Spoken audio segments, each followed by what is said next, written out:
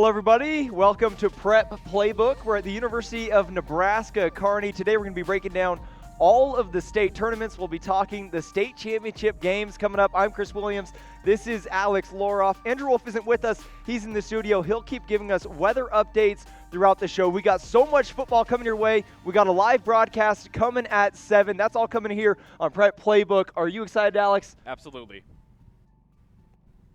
Well, thanks so much inside the NCN AccuWeather Center. Another cold evening ahead of us here tonight. Wind chills will drop down to the teens. But as you can see, 22 Norfolk, 24 in Columbus, 25 Beatrice, 24 Grand Island, 22 Broken Bow, 22 down in McCook. Now, wind chills for tonight, 17 Columbus, 15 in Grand Island, 14 McCook, 13 North Platte, and 11 out in Scotts Bluff. Clear skies here for tonight again.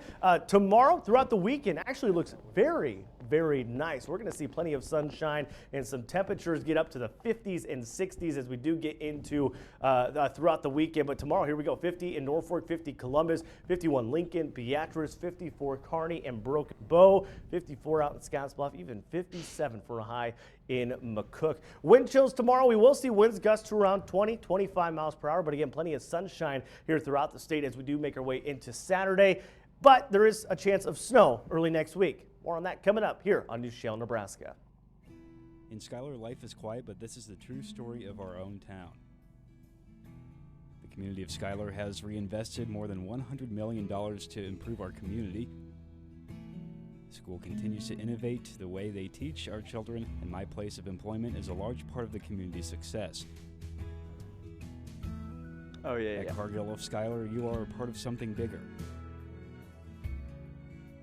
Cargill is helping the world thrive. One of the things I like about working for Valmont is, for one, the benefits. Benefits are great. Pay's pretty good. It was brought up in a meeting of just how many different places have Valmont, and it's not just in the United States, it's all over the world, which really kind of opened my eyes a little bit, and like I'm proud to work for Valmont.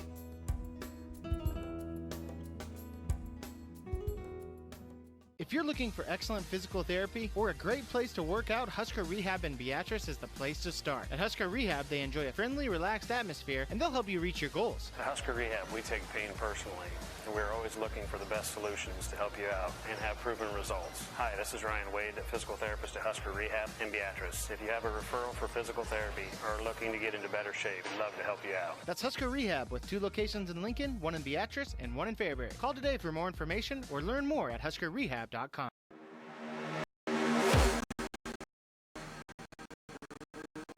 Hi, folks. Alex here.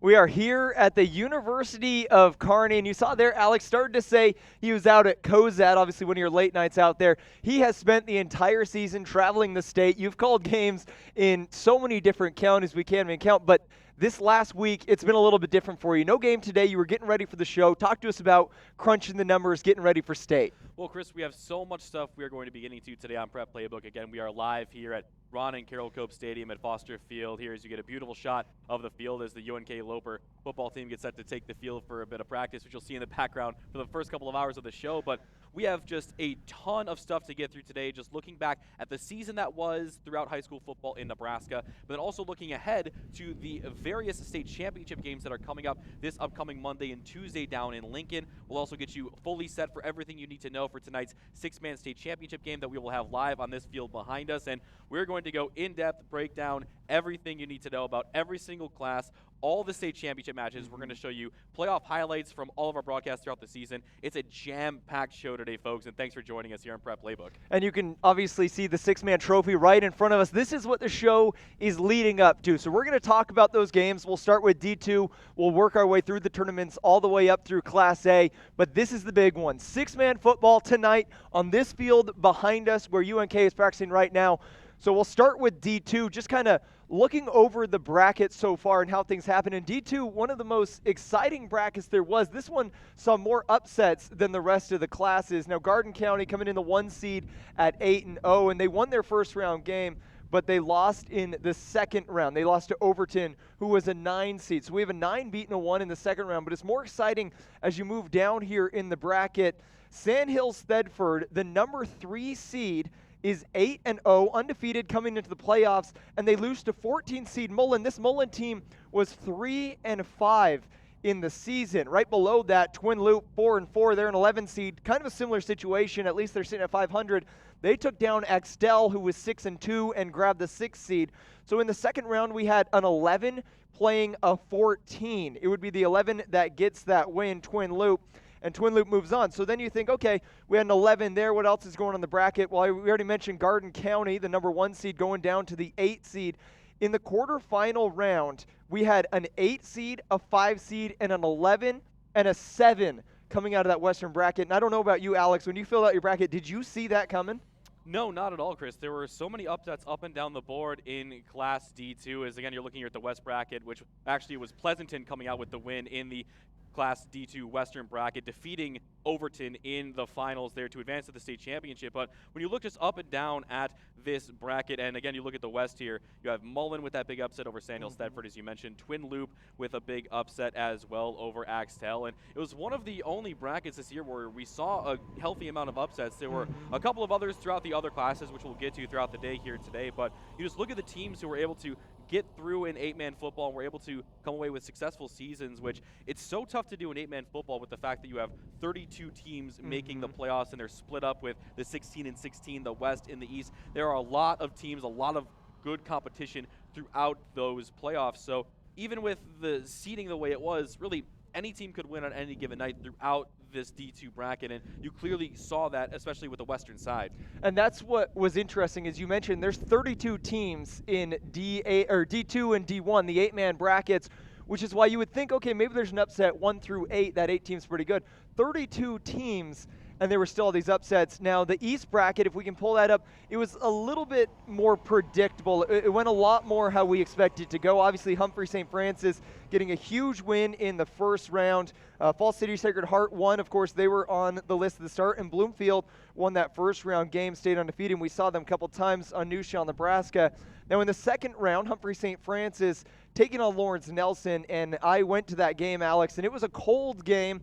You know, playoff game. I don't think I've been to Humphrey Stadium without it being cold when I was there. I don't know what it is about the way it sits or the wind or what it is, but it must make it even harder to play a Humphrey St. Francis team that grabbed a 1 seed, that dominated. So Lawrence Nelson made the trip, and I was surprised because early on in that game, it was actually Lawrence Nelson with the lead. You see that touchdown right there from Kyle Golay. He's listed at 270 pounds scoring on the direct snap there, but head coach Eric Kessler, he knows what he's doing with those Flyers, and he turned things around. Here's Taylor Wemhoff. How many times have we seen him do this? Cut, switch the field, and find the pylon. So that touchdown right there knotted things up at 14. Started to get a little energy out of that cold crowd up there, all bundled up. Humphrey St. Francis would get the ball back, and they go right back to Wemhoff, who he's going to make a cut, go through the middle, find this near pylon here, and just look at this energy that you see out of this Humphrey St. Francis team. They know how to win. They're proving they know how to win. That's when they took the lead. Second quarter was the same story.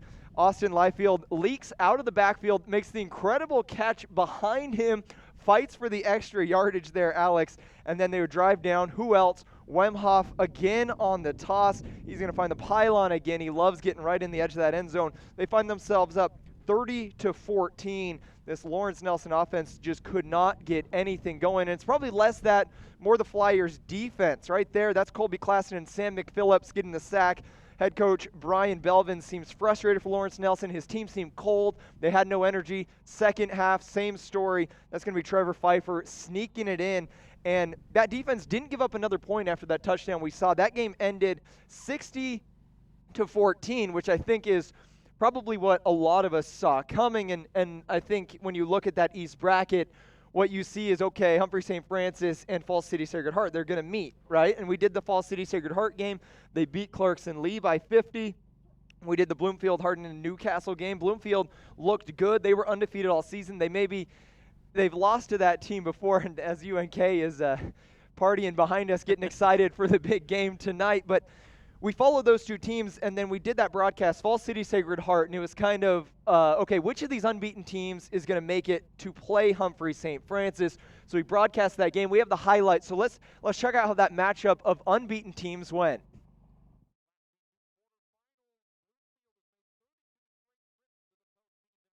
Trying to keep that streak alive against a team who's made 33 straight playoff trips in Fall City Sacred Heart. This was a defensive battle early on, and it was a lot of Braden Eisenhower. Came into the game the leading rusher in Class D2, but was limited offensively. There, a 15-yard gain for a first down, but the drive stalls.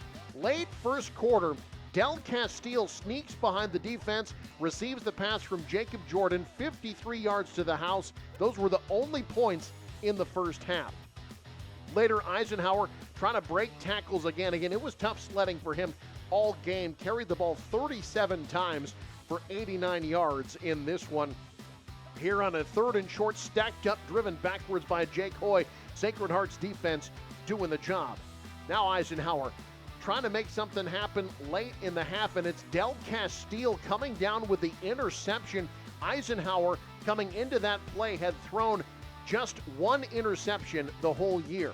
So 6-0 at the half. This is the second play from scrimmage of the second half, and it's Jacob Jordan, the sophomore quarterback, rushing 61 yards down the sideline. Sacred Heart takes the 14-0 lead. They would not look back.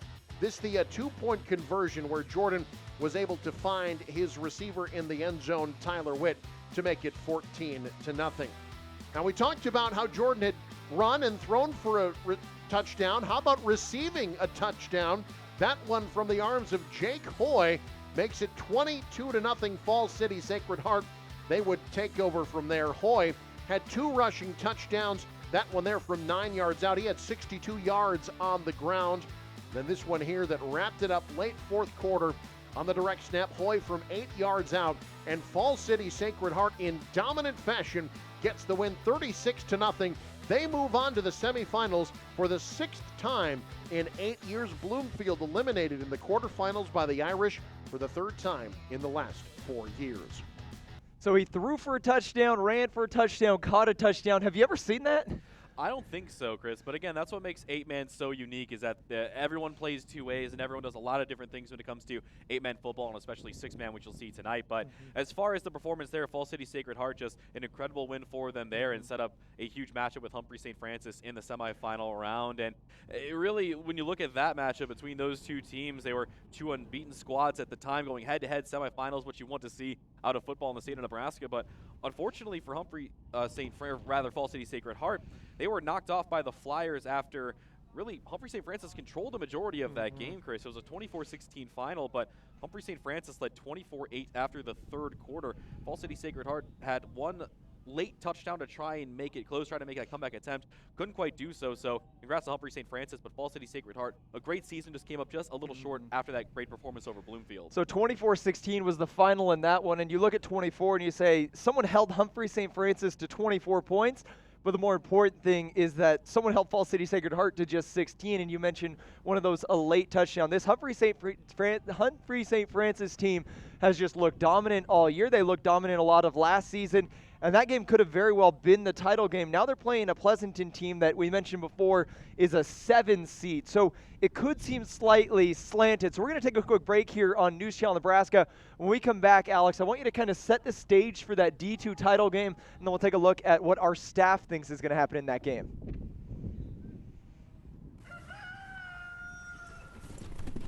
Family. Somewhere you're always welcome. Honesty. Staying true to who you are.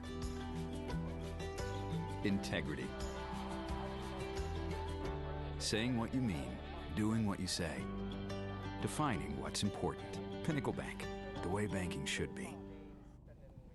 Here at Sunny Meadow Medical Clinic, we want to provide you with the health care you deserve. With our 8 providers and hours that fit your schedule, we're here to help you feel better. We can be your clinic whether you need help managing a chronic illness or your child has an earache on a Saturday morning. From a school physical to getting a physical for your CDL, we can do it all. So come see us at Sunny Meadow Medical Clinic on North 37th Street in Norfolk. Get in, get out, feel better. Got a tough job to tackle? New Holland has a full line of tractors to make sure you're ready to meet any challenge. From compact tractors and attachments to tractors ready to work on the farm, New Holland has the products and know-how to make sure you get the job done right the first time. With over 100 years of experience providing tractors for the home, farm, and everything in between, we have the solution to meet your demands. New Holland, equipped for a new world. Visit Can Equip in Syracuse and Marysville, your New Holland dealer. It's time for a reality check. You don't have to drive far to buy a Toyota or a Honda. Go to Cornhusker in Grand Island, the only dual Toyota Honda dealer in the state. We offer performance, comfort, and fuel efficiency in a beautiful, affordable package, new and pre-owned, right here. And service after the sale? Well, it just makes more sense to maintain your new vehicle close to home. That's the reality at Cornhusker Toyota Honda, Grand Island. Jefferson Community Health and Life provides high-quality health and wellness services to Jefferson County and beyond.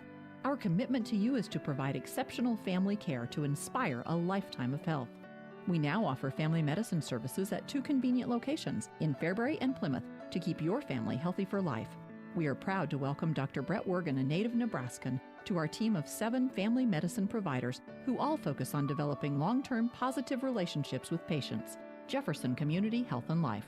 Well, welcome back inside the NCN AccuWeather Center. We're going to fast forward to tomorrow. Tomorrow's shaping up to be a very nice day across the state, warmer than what we're seeing here today, as we are looking at a lot of 50s on the board. Still a few 40s, 48 Omaha, Nebraska City, 50 Norfolk and Columbus, 54 there in Broken Bow and Kearney, 57 in McCook, 54 in Scottsbluff, and 53 in Chadron, the highs tomorrow. Wind chills tomorrow will keep us in the 40s and 50s yet, but plenty of sunshine expected as well. Let's have a quick look at your 7-day forecast, though, across the state of Nebraska. As you can see, as we get into the latter half of the weekend and into early next week, 57 for a high Sunday, 43 for a high Monday in northwest Nebraska. But again, could see maybe a little bit of snow as we get into Tuesday and Wednesday of this next week. So just keep that in mind.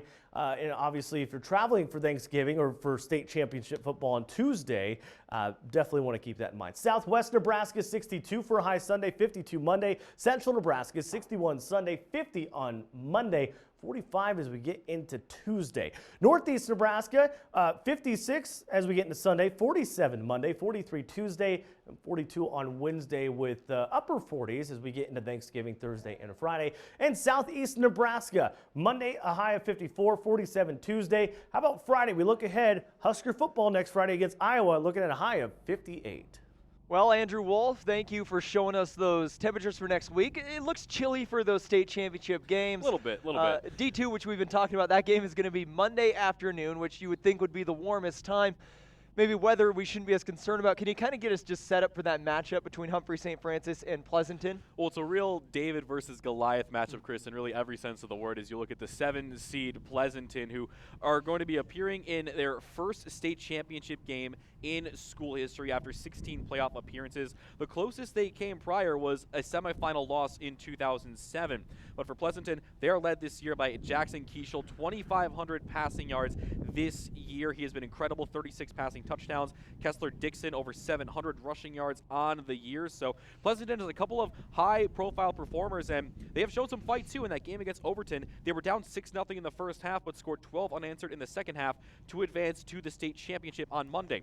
But they're going up against a Humphrey St. Francis team who has just been dominant in Class D2 history, as they are D2 state champs in 1995, 96, 09, and 2015. So looking for the 5th state title in school history in this, their 25th straight playoff appearance, 37th overall. Just an incredible run of success for the Humphrey St. Francis Flyers, who are scoring just a shade under 60 points per game this season and allowing just 7 to their opponents. So the Flyers have been dominating teams all season long, Chris. Pleasanton has showed some great fight to get to the state title game as a 7 seed, but it's really going to be an uphill climb against one of the most dominant teams in Class D2 in Humphrey St. Francis. Yeah, looking at the Humphrey St. Francis schedule, a whole lot of zeros in the other column. That defense playing very well. This one seems kind of obvious. Don't make your pick yet. We had our sports staff who's seen a lot of these teams, been doing these games all year, send in their video with their pick. So let's just run those and see who we have winning this game on Monday.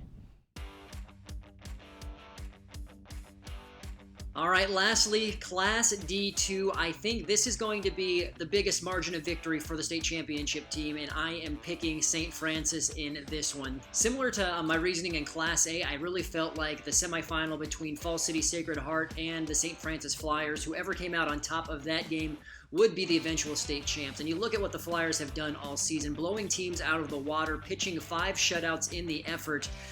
Their toughest test, and the only game that they didn't score 50 or more points in, was that Sacred Heart semifinal where they were held at 24, but still did get the victory. Pleasanton, I just think they don't have the firepower to match up with the Flyers. I think it's going to be a semi-blowout in this one. And Pleasanton fans, for your sake, I hope that I am wrong, but all the stats show that the Flyers are the team to beat. They're flying high, and they also know what it takes to win at Memorial Stadium. So for those reasons, I am picking St. Francis for the Class D2 state champion.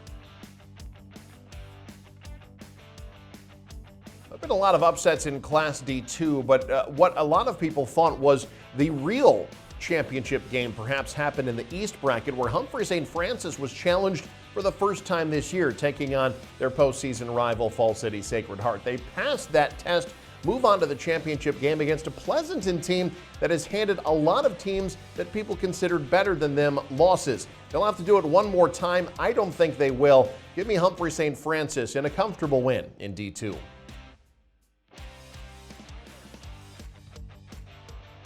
Well, Class D2, you look at a team like Humphrey St. Francis, and knowing the caliber of coach that Coach Eric Kessler is, this has got to be one of his best teams he's had in quite some time. Now, it's been a couple years since they've been down to Lincoln, but I tell you what, Trevor Pfeiffer, Dylan Wemhoff, they just have so many weapons on this Humphrey St. Francis squad. I've got to see them a couple times this year, and they are just so fundamentally sound. Humphrey St. Francis wins big in Class D2.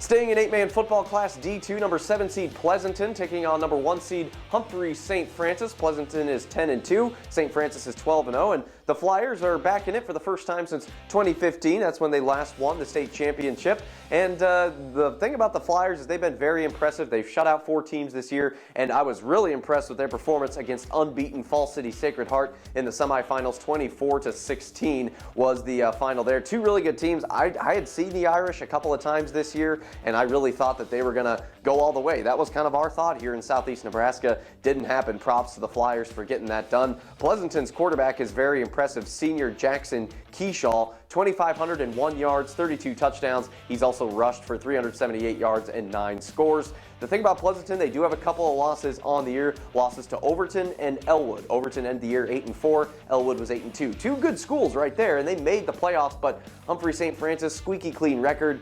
They beat, in my mind, the best team that was left in Class D2 in Falls City Sacred Heart last week, and I think the Flyers will finish the season unbeaten and beat Pleasanton by the score of 50-32. Well, it's all Humphrey St. Francis so far, Alex, and you kind of laid it out for us, but you didn't give us who you're leaning for. Are you agreeing with the rest of our staff? I am, Chris. Just looking at the predictions that all of our staff just made there, and I echo a lot of the sentiments made there by Brandon, Andrew, Eric, and Tommy. Thanks so much for those picks, guys. As I very much am in agreement that Humphrey St. Francis is just one of the most dominant teams in Class D2, if not the most dominant team in Class D2. And despite being a couple of years since they've won a state title, I think that they're going to get it done this year. I think the Flyers will knock off Pleasanton this upcoming Monday to win their 5th state title in school history. I have Humphrey St. Francis by a score of 45-31. I'm going to give Pleasanton some credit. I think they're going to score a little bit more than people give them credit for, but I think the Flyers still come away with the win. No, I just think that defense is too much. I have Humphrey St. Francis winning 60-12 for a lot of the reasons they mentioned. They have that explosive offense. They have all those weapons in the backfield, and then you combine that with just an incredible defense. I think they win, but hey, we're just a bunch of sports guys with NCN. You guys might know better than we do. We put the poll out there on Twitter. We had a bunch of people voting this week, and here's what you guys thought. 88% agreed with us. That's our Class A prediction. Excuse me. Looking at Class D2, it was 88%, but it was Humphrey St. Francis over Pleasanton. So Number 7 Pleasanton, expected by us to not win that game, expected by you guys on Twitter not win that game. But if there's one thing Pleasanton has done this postseason, it's surprise everyone. It's win the games they're not supposed to win. So we'll have to wait till Monday to find out. Now, Alex, we're going to take a quick break here. We come back, we're going to get into some others. Actually, before we take a break here, Alex, you went through and you picked your top game. Just kind of tell us what was going on. So, as we said, this is going to be a bit of a wrap-up show as we look back at the entirety of football throughout the state of Nebraska in 2019. And we broadcasted a ton of games for you here on News Channel Nebraska. So, I went through and took a look at the top 5 games. In my eyes, had a lot of input from a lot of our sports staff. But the top 5 games that we broadcasted this year for you here on News Channel Nebraska. And we're going to show you those highlights periodically throughout the show here today. So, starting here now at number 5, we're going to go all the way back to week number 1, all the way back on August 30th. In a matchup we had between Creighton and Wakefield, it was a back-and-forth battle, a comeback attempt at the tail end of the game. Let's take a look now at the highlights of our number 5 game of the year.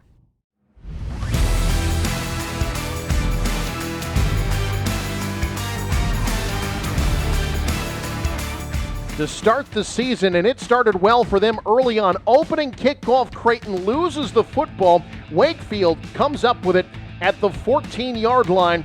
So they get the opening drive, and it's finished off by Justin Erb, our Dream It Do It player of the game, from 4 yards out.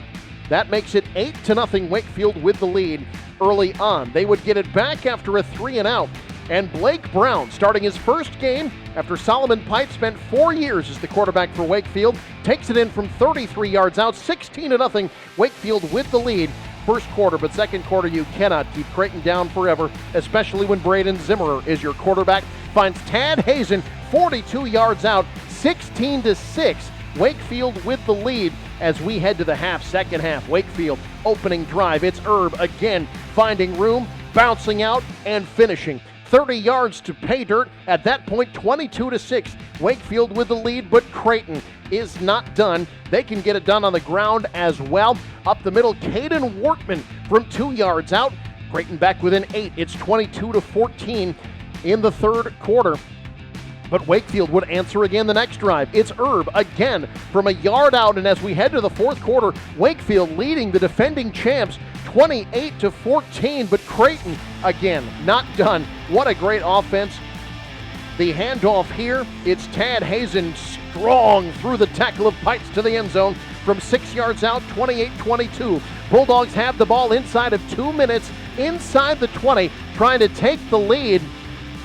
But Zimmerer drops the football. It's picked up by Blake Brown, and Wakefield shocks the defending champs at home on opening night. Your final, Wakefield 28, Creighton 22, as the Trojans improve to 1-0. It's a classic symbol of rural America, a factory frozen in time to teach visitors about hard work, innovation, and industrial history. One step inside and you are transported back to a time when windmills were lifelines for farmers and their loved ones. For many of them, the Kraggles became a household name. Step back in time with the Kragel Windmill Factory Museum in historic Nebraska City and experience what made America great. Welcome to Community Medical Center, Falls City, Nebraska. A top-notch facility. Clean. Spacious. Comfortable.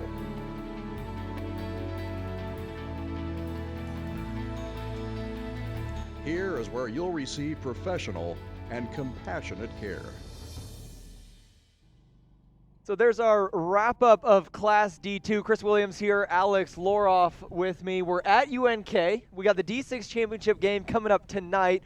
We got a few hours before that, so we figured, hey, let's just talk about football. We worked our way through Class D2. We're going to look at Class D1 now and kind of just the path for the teams to get to the state title. Then we'll make our picks for the game. So if we could pull up the bracket here in Class D1, this one a little less crazy than what we saw in Class D2. We'll start in the West with Cambridge. Obviously, the top seed, 8-0, they won.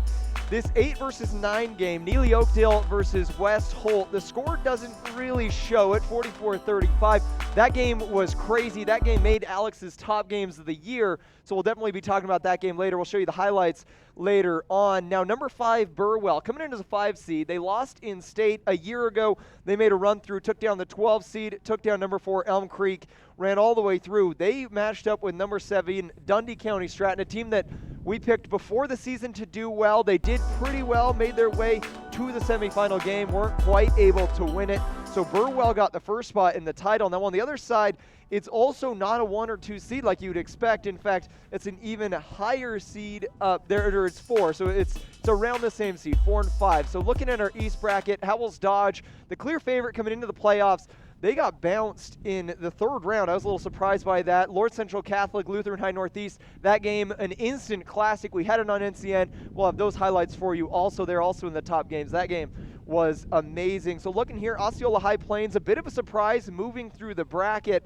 And then we find out that they had maybe a little bit more motivation than we previously thought they did. This, at least for now, is the Storm Dogs' final season. This is the last time that co-op is going to be playing together, at least for now, at least for the next 2 years.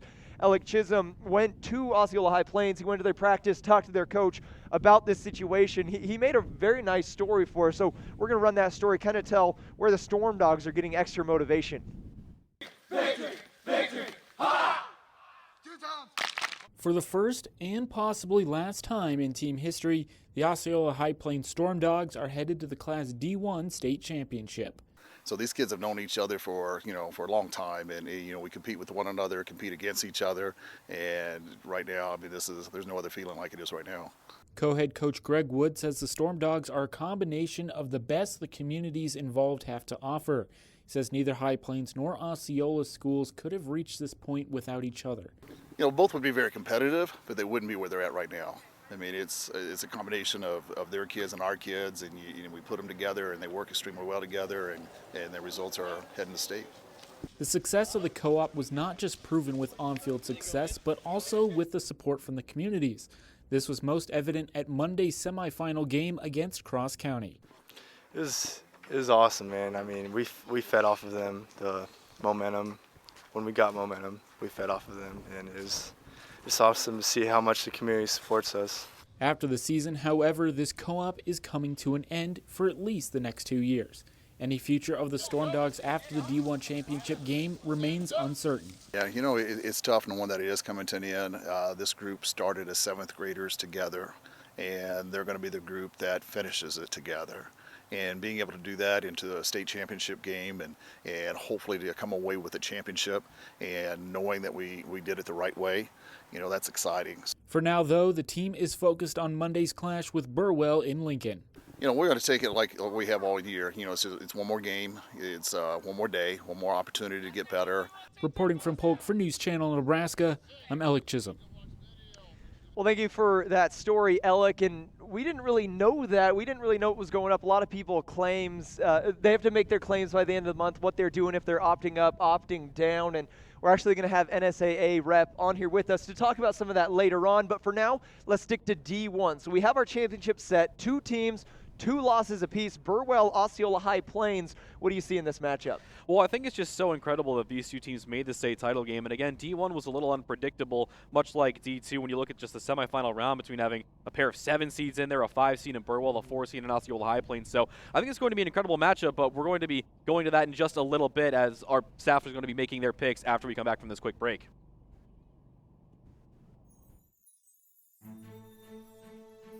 Welcome to Community Medical Center, Falls City, Nebraska. A top-notch facility. Clean. Spacious. Comfortable.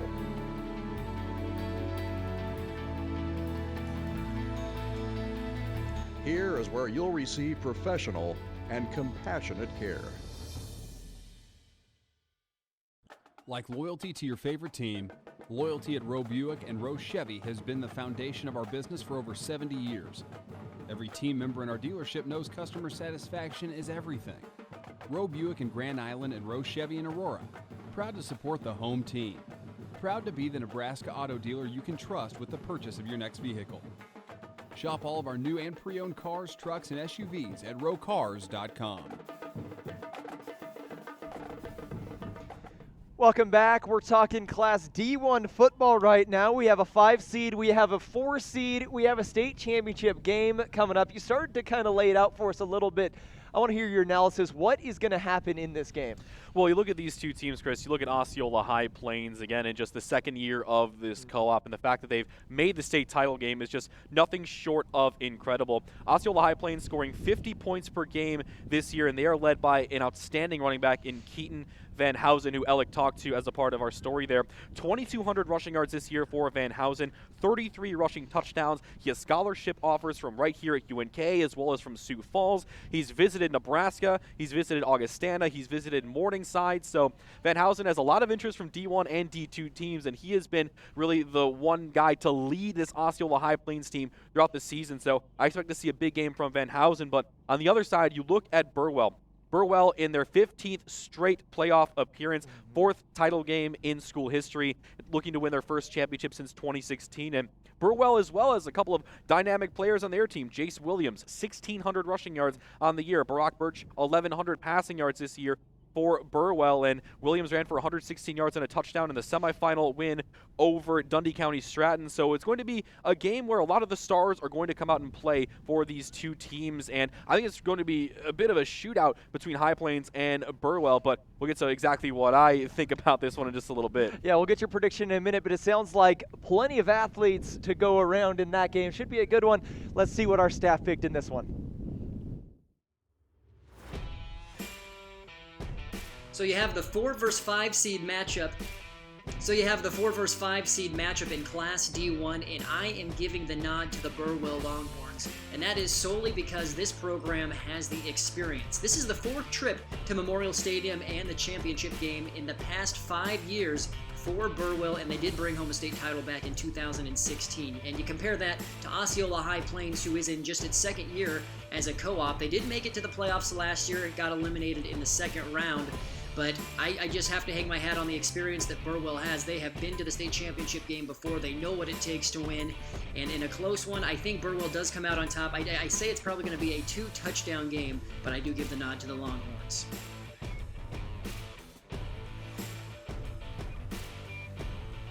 All right, here's a study question for you. Are the Burwell Longhorns the program of the decade in Class D1? Think about it. This is their 4th state championship appearance in the last 5 years, and their opportunity for a 2nd title this decade. And it's always been when we least expect it. Longhorns came in as a 7 seed in the West this year. This has been a crazy bracket, upsets all over the place. And in a matchup between a 7 and a 4, I'm going with a 7. The Longhorns take it. Well, Class D1, this is going to be, I think, the best state title game in 2019. You have Burwell, the rich history that they have and how dominant they've been on the football field for the last decade, really. And then you look at Osceola High Plains. This has been a fun team to follow here throughout the postseason. Really, towards the end of the season, they started catching some attention from other people. I think this is a very, very close game. It comes down to the 2-point conversions. Osceola High Plains, though, is your champion. Now into 8-man football Class D1, number 4 seed Osceola High Plains. They're 10-2, taking on number 5 seed Burwell, also 10-2. This is really impressive when you consider that the Osceola High Plains Storm Dogs have only been a cooperative for 2 years. Last year, OHP made a lot of noise when they beat number 2 seed BDS in Bruning in the first round of the playoffs, and OHP, they topped that and plenty more. They were the 4 seed. They were playing as good as anybody throughout these playoffs, and they were able to edge Cross County and Clarks in the battle for Polk County 34-30 in a truly just such an entertaining game. So props to OHP for getting that done. Burwell, they were runners-up last year, champions only 3 years ago in 2016. I gotta tell you, I see a lot of 8-man football in southeast Nebraska here in Jefferson, Thayer, Saline County, and Keaton Van Housen is still one of the best running backs that I've ever seen in this level of football. 2,212 yards, 33 touchdowns this year. But Burwell, you can't overlook Jace Williams, their running back. He has 1,631 rushing yards, 31 touchdowns on the year. Should be a pretty good game, but I think Osceola High Plains salts this one away late, and they will win it 36-19.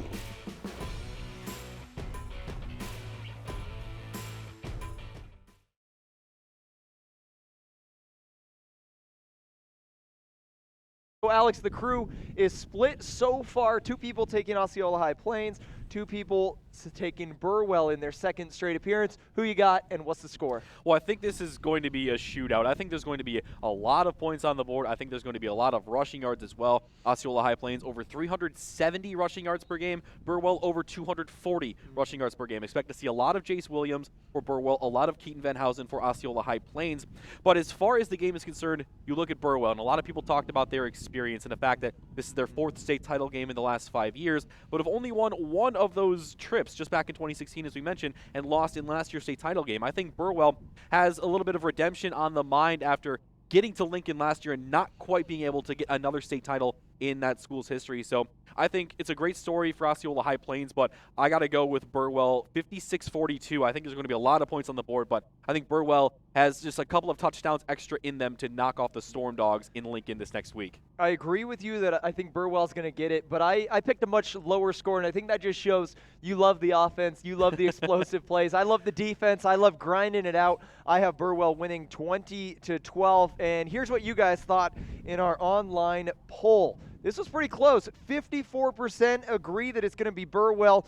46% Osceola High Plains. That is one of the closest polls we have. That's really clearly close. That is neck and neck. So hopefully the game lives up to it. That's going to be Monday morning, and we're hoping for a classic game there, and that brings us to another classic game here. We're working our way through your top 5. Tell us about number 4. So going on to number 4 now, we're going to be moving up to Class B as we're going to get to the actual bracket a little bit later on in the show. But for our number 4 top game of the year, we look at Scottsbluff against Omaha Roncalli in the Class B semifinals, a game that we had just last week for you here on NCN. I talked about how I think this D1 state title game is going to be a shootout. Well, this game last week between Roncalli and Scottsbluff was an absolute shootout. Brandon Axman was there for the broadcast, and here are the highlights of our number 4 game of the year.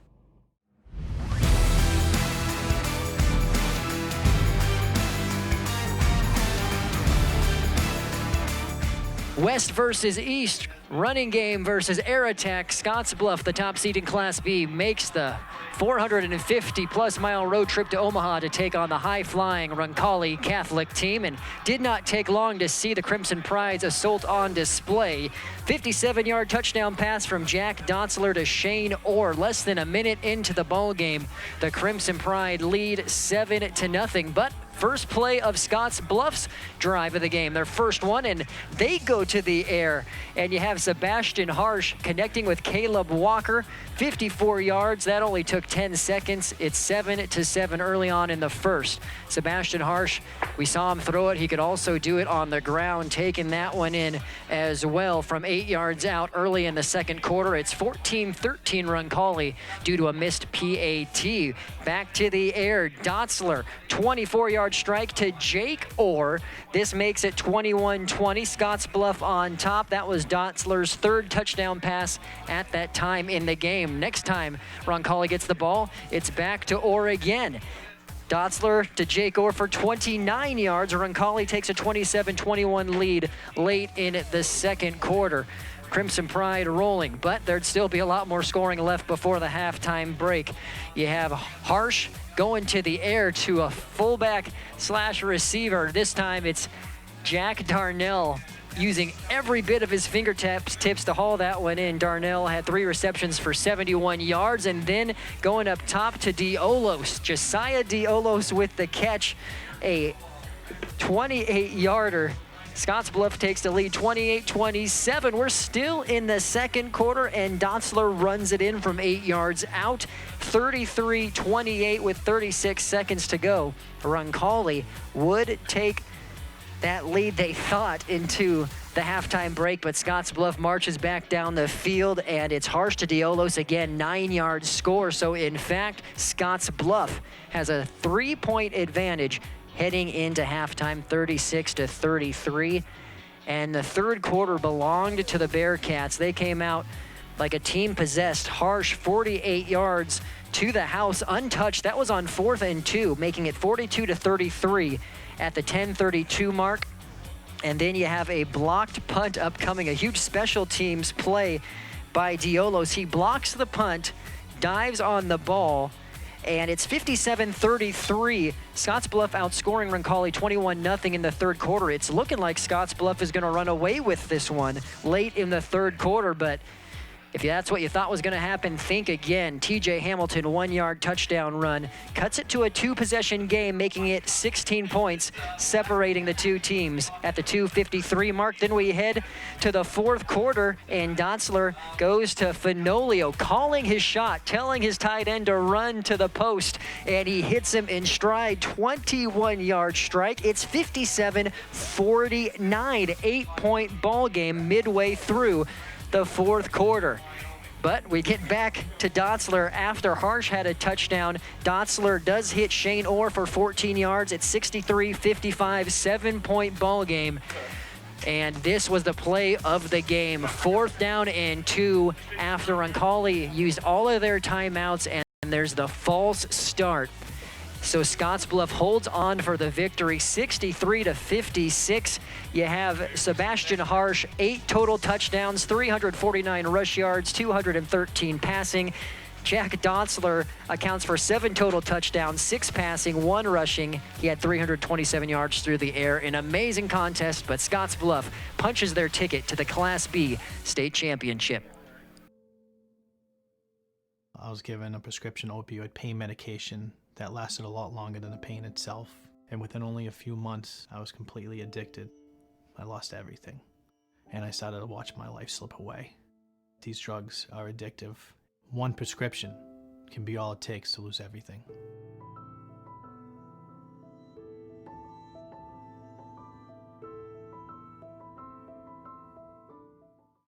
Welcome back inside the NCN AccuWeather Center on this Friday. It's time to take a look at that extended forecast here on News Channel Nebraska. Now, we have seen some precipitation take place, some snow across the southern tier of the state so far today. We'll kind of continue to see that at least to the evening hours of tonight. Should taper off by midnight. We'll have a look at that NCN Futurecast in just a little bit. But let's kind of fast forward to this next week. Monday and Tuesday, you have the high school football state championships in Class A through D2 on Monday and Tuesday. Wednesday, you might already start traveling for Thanksgiving. Thanksgiving on Thursday, and of course the Husker game in Lincoln on Friday, with probably some more holiday traveling Friday and throughout the weekend. But what we're talking about here is come Tuesday and into Wednesday, there is a chance of maybe some snow across the state. So obviously it's going to affect a little bit of holiday travel, maybe high winds here in the Midwest. So definitely something we'll kind of keep an eye on here as we make our way throughout the weekend and early portion, of course, of next week as well. Let's have a look at that NCN Futurecast. You can still kind of see about 7 o'clock here this evening, still a few light snow showers, maybe mixed in with a little bit of rain taking place across southeastern Nebraska. But by the time we even get to 10, 11 o'clock, should taper off almost entirely here for all of the state of Nebraska, with some sunshine in the forecast tomorrow. More on that here in just a few moments. Highs for today, been a pretty nice day across the state. 41 Norfolk, 40 in Columbus and Lincoln, 41 in Grand Island, 42 in Broken Bow, 44 in Ainsworth, and 45 out in Chadron and Scotts Bluff. Now, the nice thing about today is might not be too terribly warm, not the 60s that we saw earlier on this week, but definitely nice outside because the winds are actually fairly calm throughout the day today. Wind chills here throughout the day today, not playing much of a factor. Let's have a look at these Class D6 state championship game, though, between McCool Junction and Harvard. Only about 40 minutes separates these two squads. They'll be meeting up in Kearney here today, of course, but really looking at mostly cloudy skies kind of in that area. Maybe a little bit of snow to go along with it, but not as much as you're probably seeing down in the Harvard and McCool Junction and McCook areas here throughout the evening hours of tonight. So shouldn't really play much of a factor throughout the game. Lows for tonight, though, it's going to be cold. So if you're heading out to that game here in Kearney tonight, definitely dress warm. 22 Norfolk, 23 Columbus, 24 in Grand Island, 25 in Beatrice, 22 Broken Bow, and 22 in McCook with that low tonight. Wind chills tonight will drop down to the teens for majority of the state. And then conditions for tomorrow, or tonight, excuse me, fairly clear skies. But tomorrow, setting up for plenty of sunshine. We got 50s on the board pretty much statewide, even a few upper 50s in the southwestern corner of the state. Wind chills tomorrow will be a little bit windy. We'll see those winds gust around 25 miles per hour. But again, plenty of sunshine to go across the state here for tomorrow. Thank you, Andrew. And if you're wondering, your temperatures are correct and your wind chill is correct. It's cold here at University of Kearney, isn't it, Alex? It's a little chilly out here, but we have just, again, so much to talk about, so much action coming up today. Don't mind the wind all that much, don't mind the cold all that much. It's just great to be able to be here live at UNK with the team practicing in the background and just kind of be able to go through the whole season with you. It's just great to be out here. It is, and you'll see we're using our cell phones as paperweights for that Nebraska wind, but doing our best. It just feels like championship football. We have a championship tonight. We have the trophy on the table, but we have some hours to get there. So right now we're going through all the classes. We're up to 11-man football now in Class C2, and we're just kind of look at the way the bracket shaped up, how we got to our state championship game, and the story in C2 is a lot of domination. You look at the teams, it's number 1 versus number 2 in the championship game, Sutton versus Oakland Craig. And you look at some of these scores, I mean, Sutton was putting up 46-7 was their first round win. Oakland Craig surprisingly close against Hardington Cedar Catholic at 28-26. After that, they figured it out. They won 50-16, 54-13. Sutton continued their dominance. They won by 10 in the semifinals over BRLD. But there was one game that really sticks out to me looking at this bracket, one game that was especially exciting, Alex, and you got to see it in person. Absolutely, Chris. You went through just all of the domination that was found kind of throughout Class C2. A lot of teams won as far as what we expected as far as chalk and seeding is concerned. But one of the games that I was lucky enough to get out to and shoot some highlights of was a game between North Bend Central and BRLD. The Wolverines and the Tigers went head-to-head in the quarterfinal round. And, folks, it was just an incredible shootout between two very talented teams with tons of high-caliber athletes. Let's take a look now at the highlights of this matchup between BRLD and North Bend Central. The North Bend Central Tigers welcomed in the BRLD Wolverines on Friday night in the quarterfinal round of the Class C2 state tournament. And here in the first quarter, a trick play by the Tigers. Cody Prohaska tosses it to quarterback Austin Endorf in the end zone for the touchdown. Tigers up 7-0 early. On BRLD's ensuing offensive possession, Will Gatzmeyer, the quarterback, fumbles the football. The Tigers recover as North Bend Central looking to capitalize on the turnover created by the defense, and they would be able to do so. Cody Pospisil wide open in the end zone. Endorf finds him for the score. Tigers up 14-0 early, but BRLD would score 20 unanswered points, including this rushing score by Kobe Lyons to take a 20-14 lead into the second quarter. But Ethan Mullally would punch this touchdown in for the Tigers to put North Bend Central back on top 21-20. But Mullally would not be done in the second quarter. Gets the toss to the left side, cuts back through the hole, breaks this tackle here, stays on his feet, and Mullally increases the Tigers' advantage to 28-20. But BRLD would be able to put one more score on the board before halftime. Gatzmeyer, the swing-out pass to Lucas Vogt, breaks a couple of tackles and gets into the end zone for the score. Tigers lead 28-26 heading into the third quarter, and another Mullally rushing touchdown would tack on to their lead. 34-26, Tigers lead at that juncture. BRLD, though, looking to answer, and they would do so as Gatzmeyer, the swing-out pass again to Vogt, gets some nice blocking, breaks a tackle there, and gets into the end zone. Cutting the lead to 36-32, North Bend Central would get a field goal late in the third to take a 39-32 lead, but Will Gatzmeyer, this rushing touchdown, would tie the game at 39-all, and BRLD would add another touchdown early in the fourth to lead at 46-39. North Bend Central trying to answer. Endorf airs it out into the end zone wide open for Pospisil to tie the game at 46-all.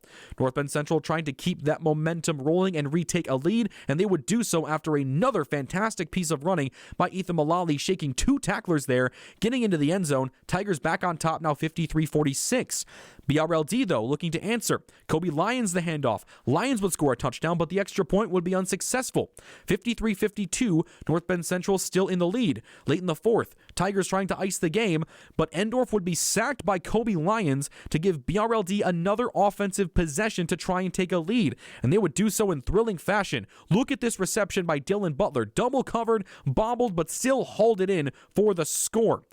BRLD up 58-53 after that touchdown and would go for two to try and make it a 7-point game, and Will Gatzmeyer punches this one in to take a 60-53 lead for the Wolverines. Minute and a half left in the fourth quarter. Tigers looking to tie the game up, but Endorf would be sacked and would lose the football. BRLD would be able to recover to take a thrilling 60-53 victory in a shootout over the North Bend Central Tigers and advance to the C2 semifinal round. For NCN Sports Now, I'm Alex Loroff. Alex Loroff, you are. And Alex, we talked about earlier, you love the offense, you love the shootouts, you love the back and forth game. Now, you obviously didn't expect to see a game that great that night, but did you expect to see BRLD in the semifinals? Because that's where that game put them. Absolutely. BRLD was one of the stronger teams in C2 this season, led by the stellar quarterback play of Will Gatzmeyer, who you saw in that highlight package, just had an incredible game. But BRLD, unfortunately, were not able to knock off Sutton in the semifinal round, so the Mustangs were able to advance over the Wolverines. So after that great win over North Bend Central, the Wolverines not able to advance fully to Lincoln, but nonetheless, that was an incredible game, and we should have another incredible game on tap for the C2 state title game this coming Tuesday between Sutton and Oakland Craig. Sutton comes in to their 4th state title appearance in school history, but have not won a state title since 1988.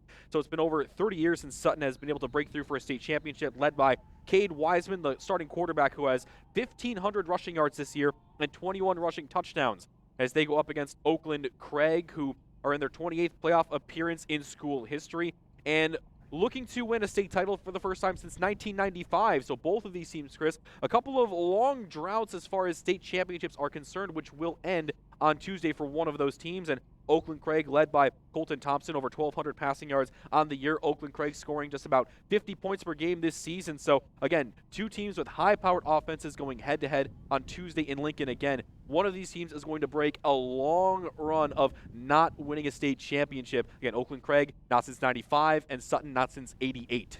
Now, Eric McKay did an Oakland Craig game earlier this season, and I remember pregame we knew they'd be good, but we didn't talk about how good. Eric McKay came in the newsroom after that game, and he looked me in the eyes and said, "This team is scary." And here they are. I wonder if he's sticking with that. Let's see if he picked them to beat Sutton. We have all our staff picks lined up for the Class C2 championship game. So picking the Class C2 state champion was my toughest decision of all the 6 picks that I made in this one, and I do think this game is going to be the closest of the bunch. You know, I tried to use a common opponent as a measuring stick. I used BRLD, the number 5 seed in this one, and both of these teams defeated BRLD by 10 points. Sutton most recently in the semifinal game, and you try to match up these offenses as well. Sutton loves to run the ball. They have 2 great rushers. First off, quarterback Cade Wiesman, who has gone for 1,500 plus yards on the ground, and then the bell cow, of course, Jackson Perrine, who has nearly eclipsed 2,000 yards. The pair have combined for over 40 touchdowns. And then you pit that up against Oakland Craig and the Knights' balanced offensive attack led by quarterback Colton Thompson, who has thrown for over 1,200 yards. The Knights have so many good backs that they can hand the ball off to as well. I had a very tough time picking this one. I ultimately am going to give the victory to Sutton. I think they eke this one out by 1, but it's not a confident pick. It's weird to think that a team could be both dominant and overlooked, but I kind of feel like that's what's happening with Oakland Craig this year. Not enough people are talking about how good Coach Joe Anderson's team has been this year. Sutton's defense proved they were for real when they held BRLD under 30 points. That's not easy to do. But this Oakland Craig team, they're the real deal. I think the Knights get it done, and they hand Coach Joe Anderson his 2nd ever state championship victory.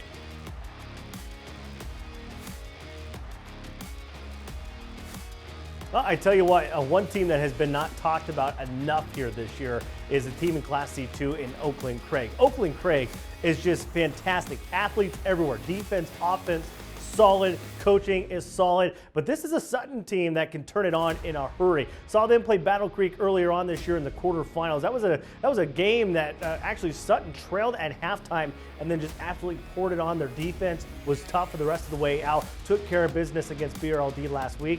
But I would have to give the edge to Oakland Craig in this one.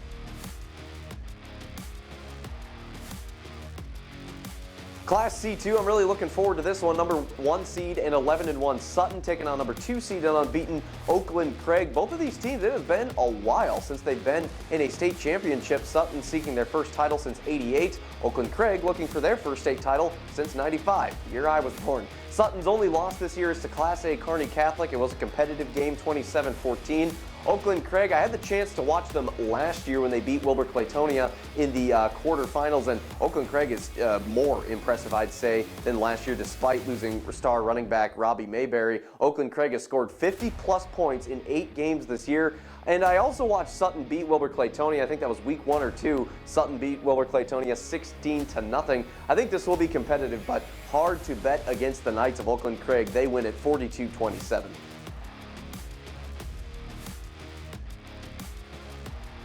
So Brandon Axmit, the lone analyst, going against Oakland. Craig, Alex, are you going to side with Brandon or the rest of the team? Unfortunately, I'm not Brandon. I respect the pick that he made there with Sutton, but I'm going to have to go with my gut, which is Oakland, Craig, like the rest of our sports staff. I have it as a little bit of a lower scoring game, 31-21, but I think Oakland, Craig, gets it done on Tuesday against the Mustangs. And I went 42-20. I think Oakland, Craig, is such a dangerous team, clearly the most dominant team in C2.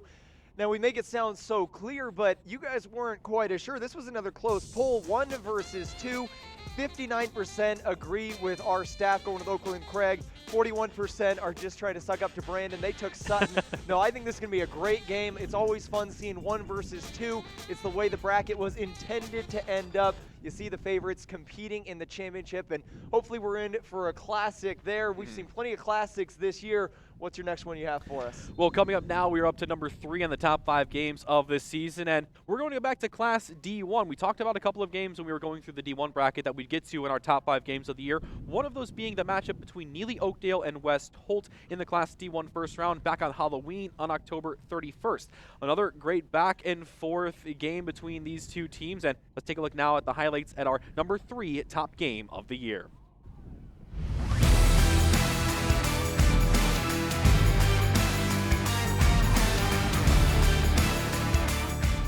It's the 8-9 game in the West bracket. Neely Oakdale hosting West Holt. These two teams played earlier this year. Neely Oakdale won that game by 44. West Holt said, we don't want that to happen this time.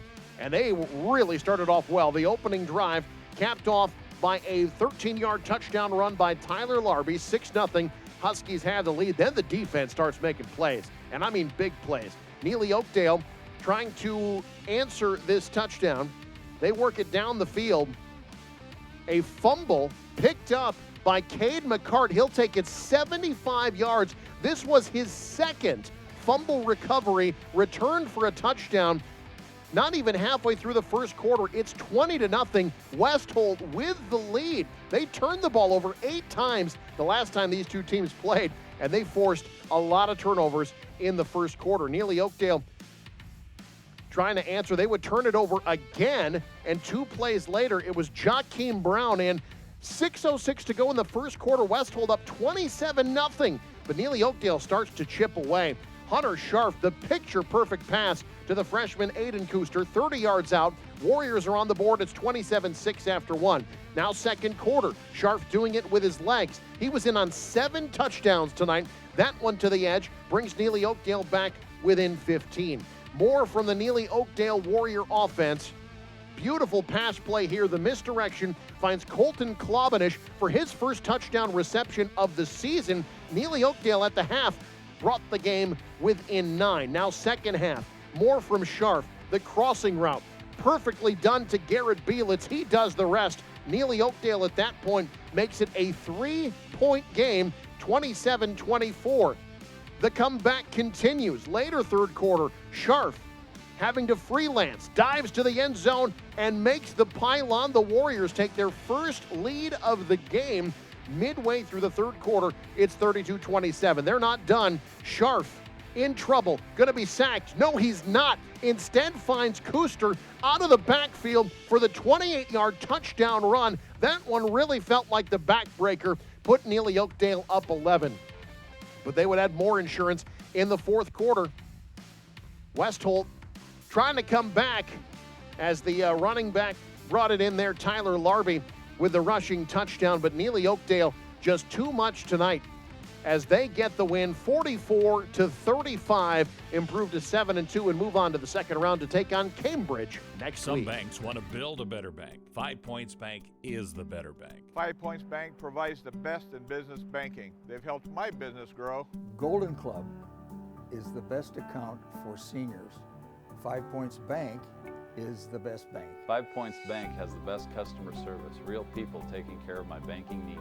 5 Points Bank is the fastest growing bank in Nebraska and keeps their customers banking safe, sound, and secure. 5 Points Bank is the better bank.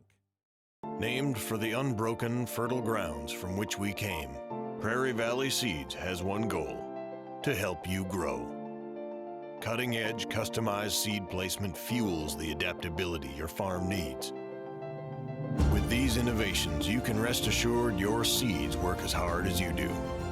We'll push the boundaries in seed innovation so that you can push the boundaries in farming. Prairie Valley Seeds.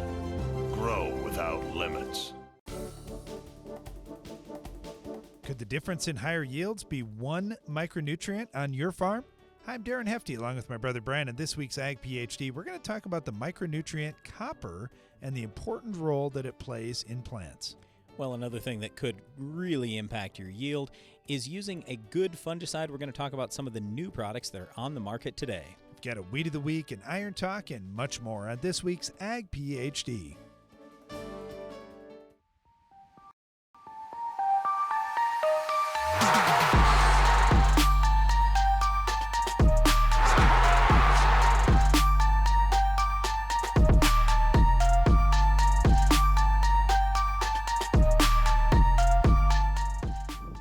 You're watching Prep Playbook here on News Channel Nebraska. We're talking everything football. It's November. That means championships. We have a trophy on the desk that Alex and I certainly did not earn. Absolutely not. There's football behind us right now. I know they look big for six-man. That's actually UNK. We're at their stadium right now. The six-man game is coming up at 7. That'll also be live on News Channel Nebraska. Before we get there, we'll be talking football. Andrew Wolf's going to be talking weather. Well, thanks so much inside the NCN AccuWeather Center. Another cold evening ahead of us here tonight. Wind chills will drop down to the teens. But as you can see, 22 Norfolk, 24 in Columbus, 25 Beatrice, 24 Grand Island, 22 Broken Bow, 22 down in McCook. Now, wind chills for tonight, 17 Columbus, 15 in Grand Island, 14 McCook, 13 North Platte, and 11 out in Scotts Bluff. Clear skies here for tonight again. Tomorrow, throughout the weekend, actually looks very, very nice. We're going to see plenty of sunshine and some temperatures get up to the 50s and 60s as we do get into throughout the weekend. But tomorrow, here we go, 50 in Norfolk, 50 Columbus, 51 Lincoln, Beatrice, 54 Kearney and Broken Bow, 54 out in Scotts Bluff, even 57 for a high in McCook. Wind chills tomorrow. We will see winds gust to around 20, 25 miles per hour. But again, plenty of sunshine here throughout the state as we do make our way into Saturday. But there is a chance of snow early next week. More on that coming up here on News Channel Nebraska. Thank you, Andrew. And don't let Andrew Wolf fool you. He knows weather. He also knows football. He played Class C1 football at Pierce, a team that is still alive.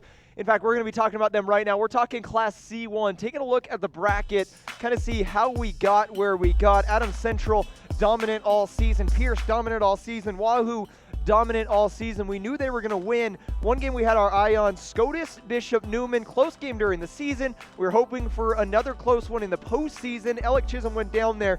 Let's check out his highlights. It's that time of year, playoff football in Nebraska, and in the first round of the Class C1 playoffs, it was Columbus SCOTUS hosting the Bishop Neumann Cavaliers. We'll pick it up halfway through the first quarter. SCOTUS already up 7-0, and Tyler Palmer connects with Garrett Oakley from 17 yards out to put the Shamrocks up 14-0 at the end of one. Second quarter now, and Palmer continued to spread the ball around. This time he goes deep for Dalton Borchers, who hauls it in and gets brought down at the 1-yard line. That sets up a QB sneak by Palmer, who gives SCOTUS a 21-0 lead. Bishop Neumann would not be denied much longer, though. The Cavaliers drive down the field, and then it's Talon Pospisil to Spencer Weezy for the score. The PAT was blocked, though, to make it 21-6. The Shamrocks took a 28-6 lead into halftime, and they came out just as hot in the second half. Borchers behind center now, and he plays pitch and catch with tight end Levi Robertson to make it 35-6 in favor of the Shamrocks. Bishop Neumann, though, driving down the field again behind the legs of senior David Lilly. He takes it on the option pitch here to get the Cavaliers inside the 10 and then finishes it off with a score, and it's 35-14. Unfortunately for the Cavaliers, it was too little too late. Fourth quarter now, and the Shamrocks up 41-14, and Borchers hits Oakley from 30 yards out to make it 48-21. Columbus SCOTUS would take the victory 48-28. They play Wahoo in the second round of the playoffs next week. Well, the second round wasn't overly exciting or overly surprising. Adams Central won 17-0. They didn't score as much as we've seen them score, but it was a shutout. Wahoo won 49-7. Pierce won 49-21. Did what they've done all year. But something interesting did happen. One of the unbeaten teams, Ashland Greenwood, they fell to Wayne. Alec Chisholm was there. He has these highlights, too, from that round. Let's check him out.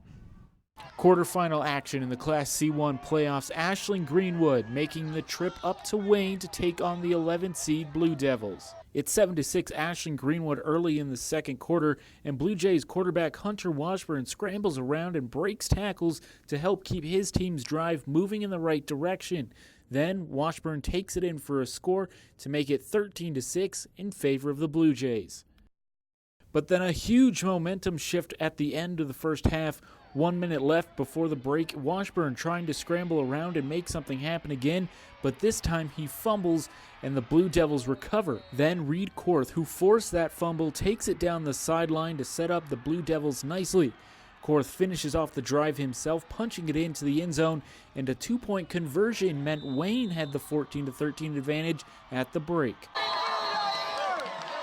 Wayne got the ball to start the second half, and they kept their foot on the gas pedal. This time it's Victor Kanishi taking it on the toss for the score, and just like that, the Blue Devils hold a 21-13 lead over the 3 seed in Class C1. The Blue Devils defense also stepped up big, pitching a second half shutout. They even forced a pair of turnover on downs in the third quarter and forced another fumble in the fourth quarter. And in that fourth quarter, Korth would dive into the end zone again to make it 28-13. That was the final score. The Blue Devils pull off the upset to move on to the semifinals. After the game, Wayne head coach Russ Plager talks about those drives right before and after halftime. You know, those are momentum changers. The football's a game of momentum, and Reed's one long run right before the end of the first half was a big momentum changer, and it just helped us believe. Good to see Wayne getting that win. Good for the program. They got more playoff wins than they ever have this year. They were overmatched by Wahoo in the semifinal. They lost 21-7, but my eyes, your eyes, were on the Adams Central Pierce semifinal, and I'm not going to say who. I don't want to throw anyone under the bus here, but one of our radio members was talking to one of our TV members. It wasn't either of us.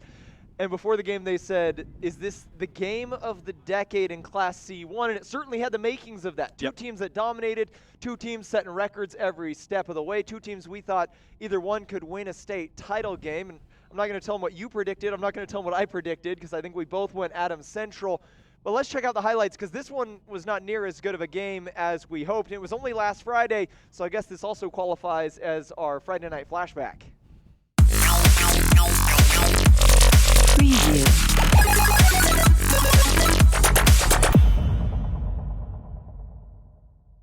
The Class C1 semifinals battle of the unbeatens. Pierce taking on Adams Central, and Pierce would establish things on the ground early and often tonight. First quarter, into the end zone, Carson A-Strike. Get ready to hear that a lot. A-Strike in from 3 yards out there. It's 6-0.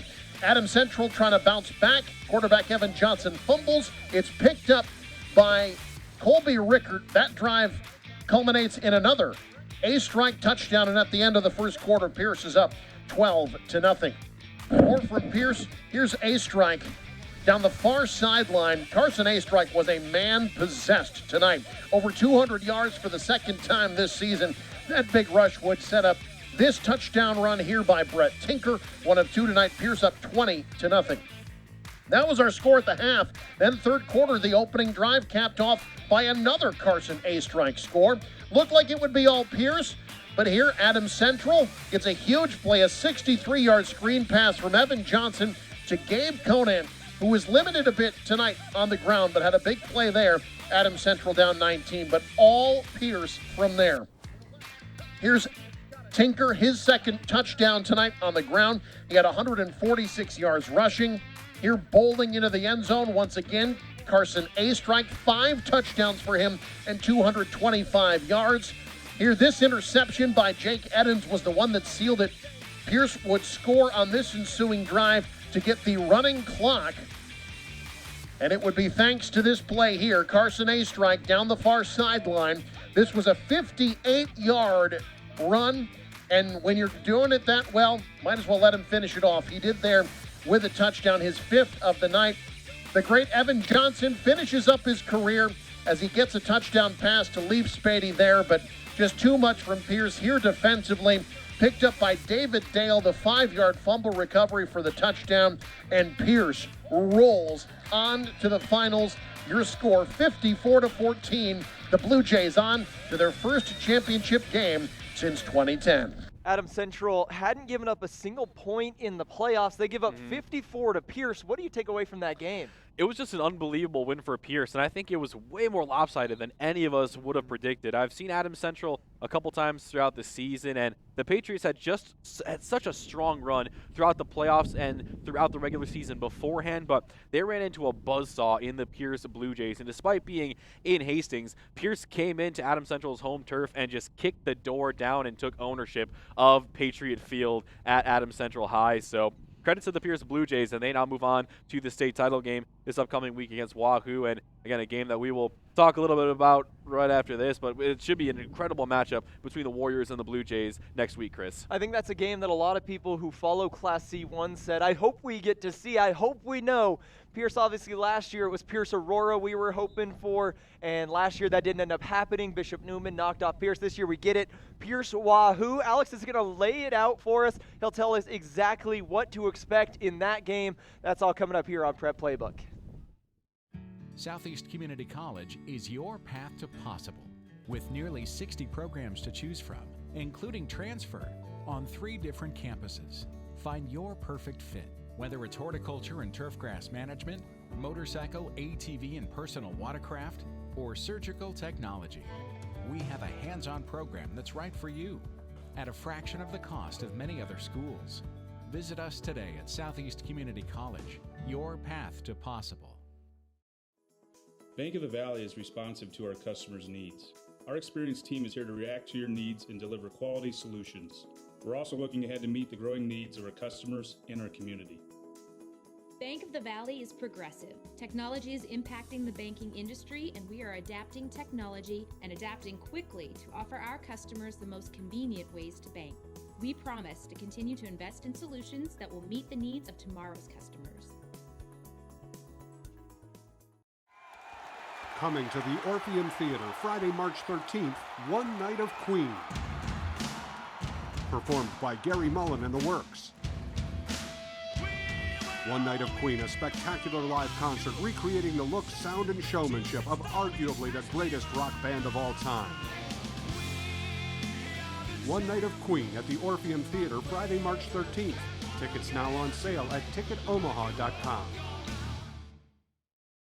If you've been waiting all year for a pre-car or truck, now's the time to head to Anderson for our pre-owned, pre-driven, and pre-serviced Anderson Cars and Trucks pre-sale. Over 300 outstanding pre-owned vehicles repriced to pre-move.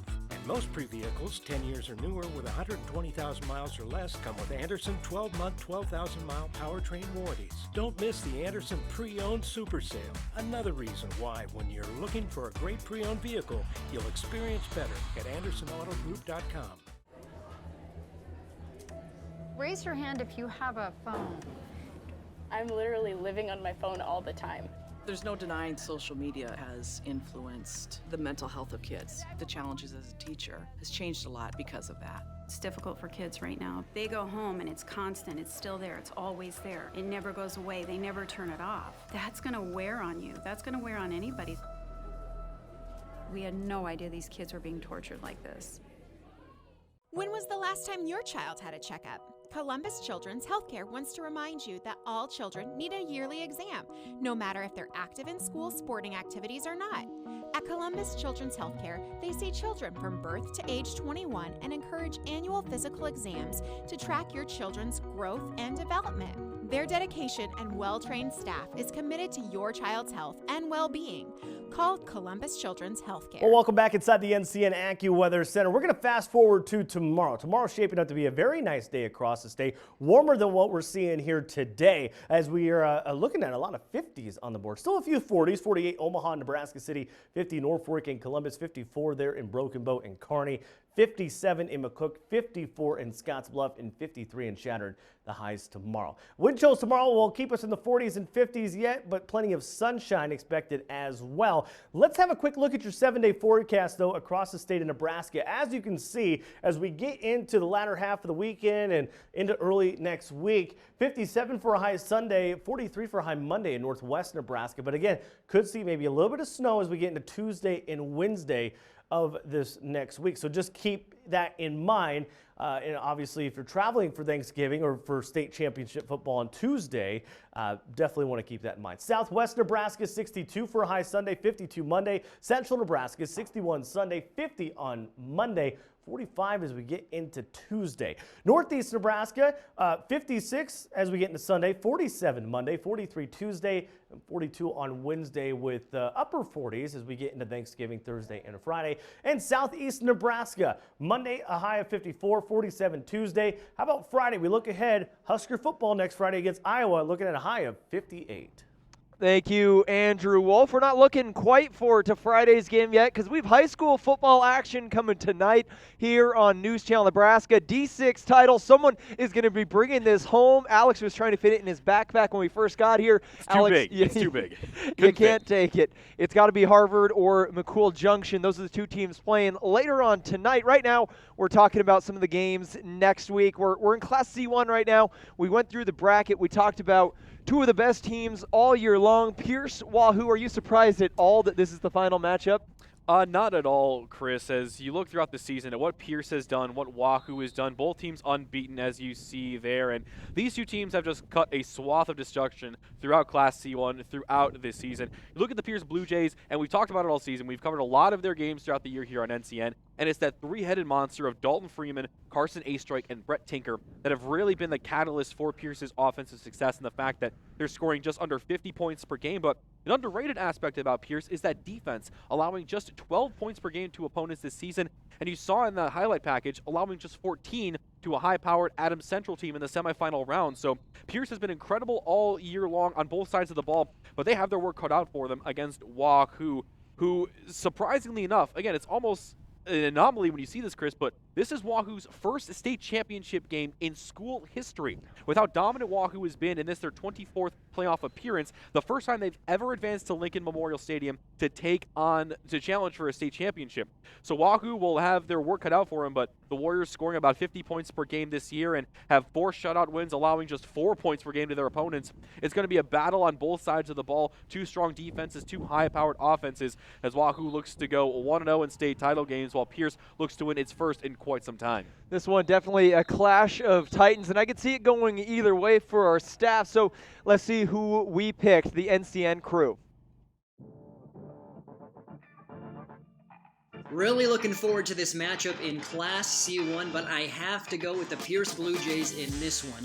And solely from the purpose based on what they did last week. You look at what Pierce did against top-seeded Adams Central, dismantling the Patriots 54-14. That scoreline raised a ton of eyebrows across the state in terms of what the Pierce Blue Jays can do. You talk about their pair of 1,500-plus yard rushers. Their running attack is so dynamic. And you contrast that with the other semifinal game in Class C1 and Wahoo. Now, they took on Wayne in the regular season, hung up 40-plus points on the Blue Devils, and shut them out as well. But in the semifinals, Wayne gave them a little bit of trouble. The final score, 21-7. Of course, Wahoo getting the victory. So I don't know if it was the Warriors looking ahead a little bit or Wayne improving a lot.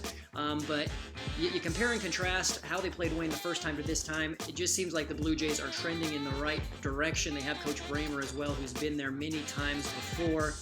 I have to go with Pierce. I think this is going to be a close game.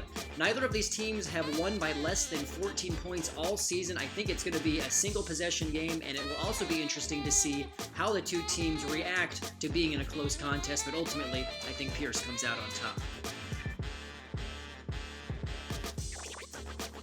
Well, for whatever reason, Class C1 has been the class that has seen the most dominant teams of destiny type of teams. You look at Cozad from a few years back, Aurora just last year, the Great Norfolk Catholic teams, Boone Central, Newman Grove, Wyatt, Missouri senior season. I think we have another one of those teams this year. The Pierce Blue Jays have shown they can beat anybody and beat them about as much as they want. I think Wahoo's had a great year. Congrats on making their first state appearance. but I think they're running into a team of destiny. I like the Blue Jays to win and cement themselves as one of the greatest high school football teams in Nebraska history.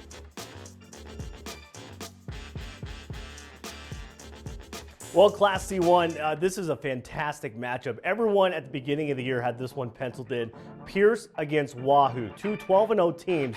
And really, you look at it, two rich histories of these two football programs. The most amazing thing about this is the first time Wahoo has made it to a state title game.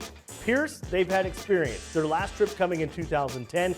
Title winners back-to-back in 07 and 08. Coach Mark Bramer knows how to get the job done. And I think that's what it comes down to. Nothing against Coach Chad Fox in this one, but I think that the coaching and the overall talent, the Lubin kid for Wahoo, the recent walk-on commit here for Nebraska, tremendous athlete. They have tons of athletic kids on this roster. When you look at Carson A. Strike, Brett Tinker, and quarterback Dalton Freeman, Pierce is just a machine right now. And the way they took care of business against Adams Central, I kind of see them doing that same thing here down in Lincoln if they can stay out of their own way.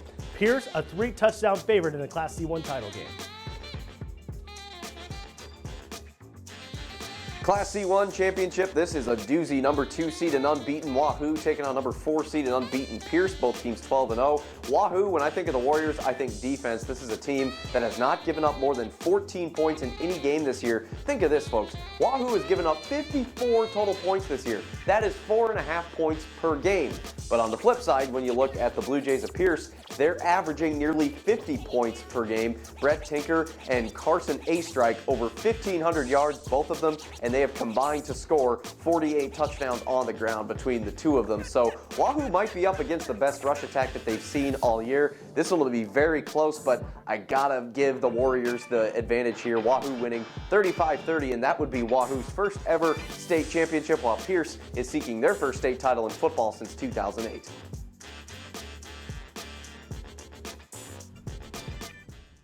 So one Wahoo pick. The rest of them all kind of live by Pierce, all went with Pierce. Who you got?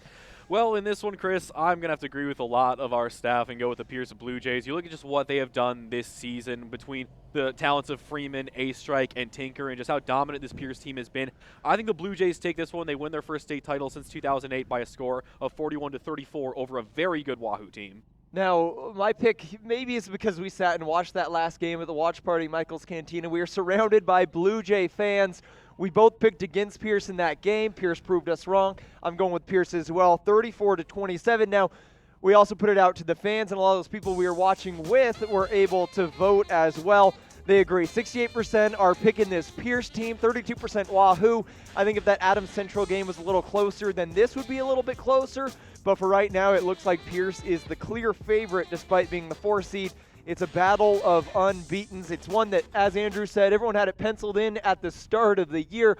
And speaking of the start of the year, we had some good games back then. What's up next in our top 5? Up next, Chris, we have the number 2 top game of the season. And as you mentioned, we are going back to the start of the year. Again, all the way back to August 30th. Seems like a lifetime ago after just everything we've seen this football season. But for our number 2 game of the year, we're going back to a matchup that was played right here at Foster Field between Grand Island and Kearney. Another back-and-forth battle between two very strong Class A teams that came down to a game-winning touchdown. Brandon Axman was there and has more from our number 2 top game of the year.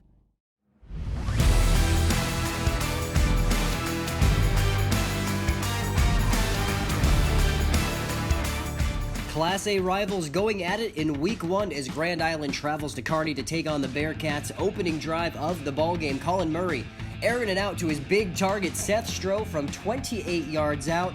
Kearney takes a 7-0 lead early on, but the Islanders answer right back on their opening drive. Carson Cahoy double pump finds his buddy Brock Douglas behind the defense. Missed PAT though for the Islanders.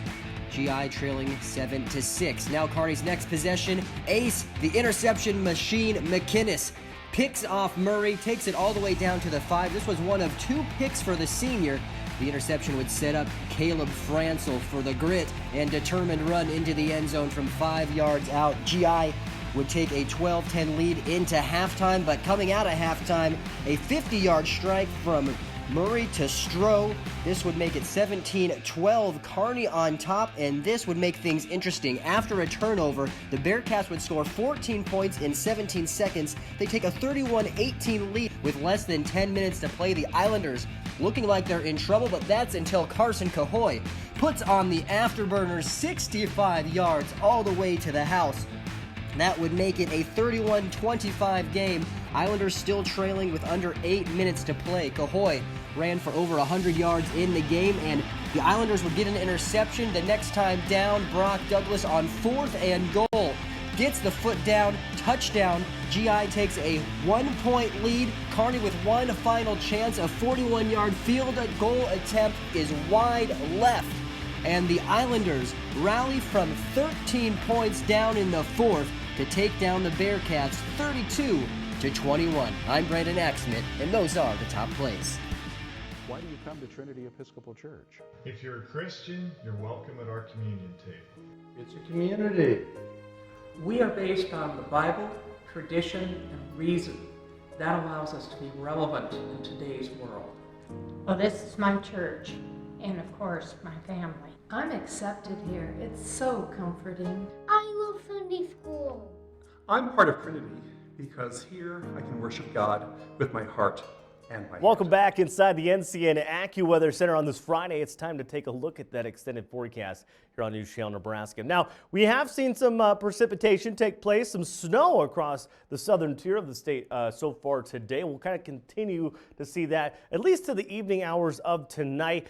Should taper off by midnight. We'll have a look at that NCN Futurecast in just a little bit. But let's kind of fast forward to this next week. Monday and Tuesday, you have the high school football state championships in Class A through D2 on Monday and Tuesday. Wednesday, you might already start traveling for Thanksgiving. Thanksgiving on Thursday, and of course the Husker game in Lincoln on Friday, with probably some more holiday traveling Friday and throughout the weekend. But what we're talking about here is come Tuesday and into Wednesday, there is a chance of maybe some snow across the state. So obviously it's going to affect a little bit of holiday travel, maybe high winds here in the Midwest. So definitely something we'll kind of keep an eye on here as we make our way throughout the weekend and early portion, of course, of next week as well. Let's have a look at that NCN Futurecast. You can still kind of see about 7 o'clock here this evening, still a few light snow showers, maybe mixed in with a little bit of rain taking place across southeastern Nebraska. But by the time we even get to 10, 11 o'clock, should taper off almost entirely here for all of the state of Nebraska, with some sunshine in the forecast tomorrow. More on that here in just a few moments. Highs for today, been a pretty nice day across the state. 41 Norfolk, 40 in Columbus and Lincoln, 41 in Grand Island, 42 in Broken Bow, 44 in Ainsworth, and 45 out in Chadron and Scotts Bluff. Now, the nice thing about today is might not be too terribly warm, not the 60s that we saw earlier on this week, but definitely nice outside because the winds are actually fairly calm throughout the day today. Wind chills here throughout the day today, not playing much of a factor. Let's have a look at these Class D6 state championship game, though, between McCool Junction and Harvard. Only about 40 minutes separates these two squads. They'll be meeting up in Kearney here today, of course, but really looking at mostly cloudy skies kind of in that area. Maybe a little bit of snow to go along with it, but not as much as you're probably seeing down in the Harvard and McCool Junction and McCook areas here throughout the evening hours of tonight. So shouldn't really play much of a factor throughout the game. Lows for tonight, though, it's going to be cold. So if you're heading out to that game here in Kearney tonight, definitely dress warm. 22 Norfolk, 23 Columbus, 24 in Grand Island, 25 in Beatrice, 22 Broken Bow, and 22 in McCook with that low tonight. Wind chills tonight will drop down to the teens for majority of the state. And then conditions for tomorrow, or tonight, excuse me, fairly clear skies. But tomorrow, setting up for plenty of sunshine. We got 50s on the board pretty much statewide, even a few upper 50s in the southwestern corner of the state. Wind chills tomorrow will be a little bit windy. We'll see those winds gust around 25 miles per hour. But again, plenty of sunshine to go across the state here for tomorrow. Thank you, Andrew, for that rundown. Would have been nice if he told us it would be this cold before we drove out here. But thank you, Andrew, for the weather. We're here at UNK, six-man football on the way. But before we get there, we're talking 11-man. We're making our way through the classes, and we're up to Class B now. And I have written at the top of this bracket right here, Alex, Class B is the bracket of blowouts. I find myself trying to say a 49-28 win for Scotts Bluff over Norris in round 2 was a close game. That's a 21-point win, but that's about as close as we get up until that semifinal game. Most of the games blowout, most of the favorites winning. Now, Scottsbluff taking on Roncalli in the semifinals. That was an incredible game, and Alex, I hope you feel as foolish as I do. We went to a watch party. We watched Pierce blow out Adams Central. We should have been tuned in to this game on NCN. This one was an instant classic, a shootout. Scott Catholic taking care of business, but this matchup is interesting because it's Scottsbluff, it's Scott Catholic. This is the exact same matchup as last year. Are you expecting the exact same result as last year, or are these two completely different teams? Well, we'll get into that a little bit as far as what the result might be, but just looking at these two teams, and again, kind of figured it was going to be this way, just looking at the way the brackets came out this year and just looking at what Scottsbluff had done in the regular season, what Scott had done in the regular season. Scottsbluff had to survive that scare over Roncalli, but overall, Scottsbluff is making its 4th state championship appearance, but has never won a state title. Had that chance last year against Scott, but lost 48-27 in the title game. But they are led by the quarterback, Sebastian Harsh, who has been just incredible this season. 877 passing yards this year, as well as nearly 1,800 yards rushing this season, has a walk-on offer at Nebraska. Also a scholarship offers from right here at UNK and Chadron State elsewhere in the state. So Sebastian Harsh getting some looks from D1 and D2 schools, and he has been the catalyst for this Scottsbluff team throughout the season. But they are battling an institution in Omaha Scott Catholic, much like we talked about with Humphrey St. Francis in Class D2. It's the same way with Scott in Class B, as they have just been incredible in the playoffs throughout their history as a team, as they're making their 4th straight state title game appearance and the 6th in the last 7 years. It seems like every year for Class B, Scott is going to be in the conversation, and they are looking for their 5th state championship in program history and back-to-back after winning last year. So Scott is there every single year, it seems like. Scottsbluff has, in the last couple of years, come up to try and challenge the Skyhawks. I think it's going to be an incredible matchup, much like it was last year, but we'll see what the rest of our staff has to say. Yeah, I like what you said, how they're going up against Scott, an institution that knows how to win. It takes you back to that Friday Night Lights quote, "We're in the business of winning." Scott is certainly in the business of winning, but will they win this one? Will they make it their 2nd straight? Let's see what our staff thinks.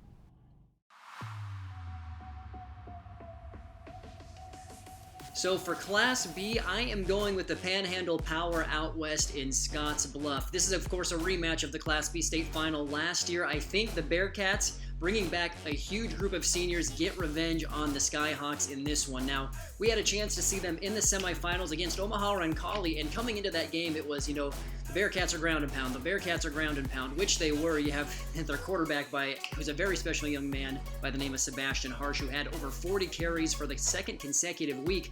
But they can air the ball out as well. He threw for almost 300 yards in that one. And what makes the Bearcats so tough is they'll run it, force you to stack the box, and then they'll hit you with the play-action pass over the top. So, the Bearcats, we thought were at a disadvantage. Jacob Krull, their 1,500-yard rusher, out after that Norris game in the playoffs with a broken foot, and not with them for the rest of the playoffs, which is a damaging blow, but I think the Bearcats have what it takes to knock off the defending champs. This one's going to be a good one. I do think Scottsbluff comes out on top.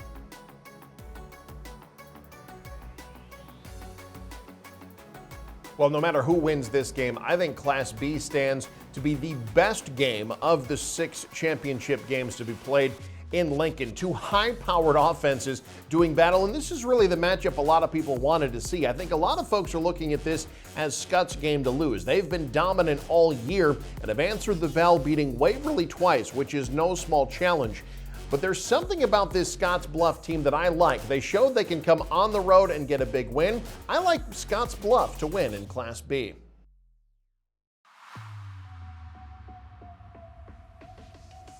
Well, I think Class B really could be one of the best state title games we see here on Monday or Tuesday. Really, I have it down between them and Class D1. But you have Scottsbluff. This team is, they're just a solid football team. And it's another West versus East matchup as they'll be taking on Omaha Scott Catholic. But I really think this could be a very, very close game in the end. But I have Scott as the champions in Class B here in 2019.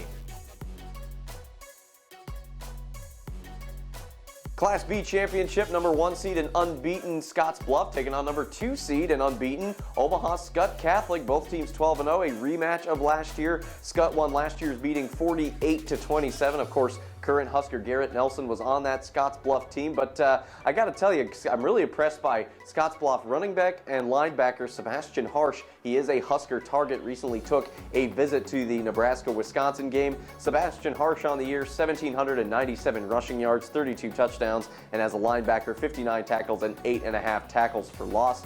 Omaha Scott Catholic, they won, like I said, last year. They've been kind of the Class B favorite for some time, ranked in the top 10 for most of the year, but there's a lot of Scottsbluff kids, including Sebastian Harsh, that were on that team last year that I don't think that loss to Scott in the championship last year set well with them. You know Garrett Nelson's going to be in the stadium watching this. I think Scottsbluff makes a little history, gets some revenge, beats Scott 38-28 in what would be Scottsbluff's first ever state championship in football.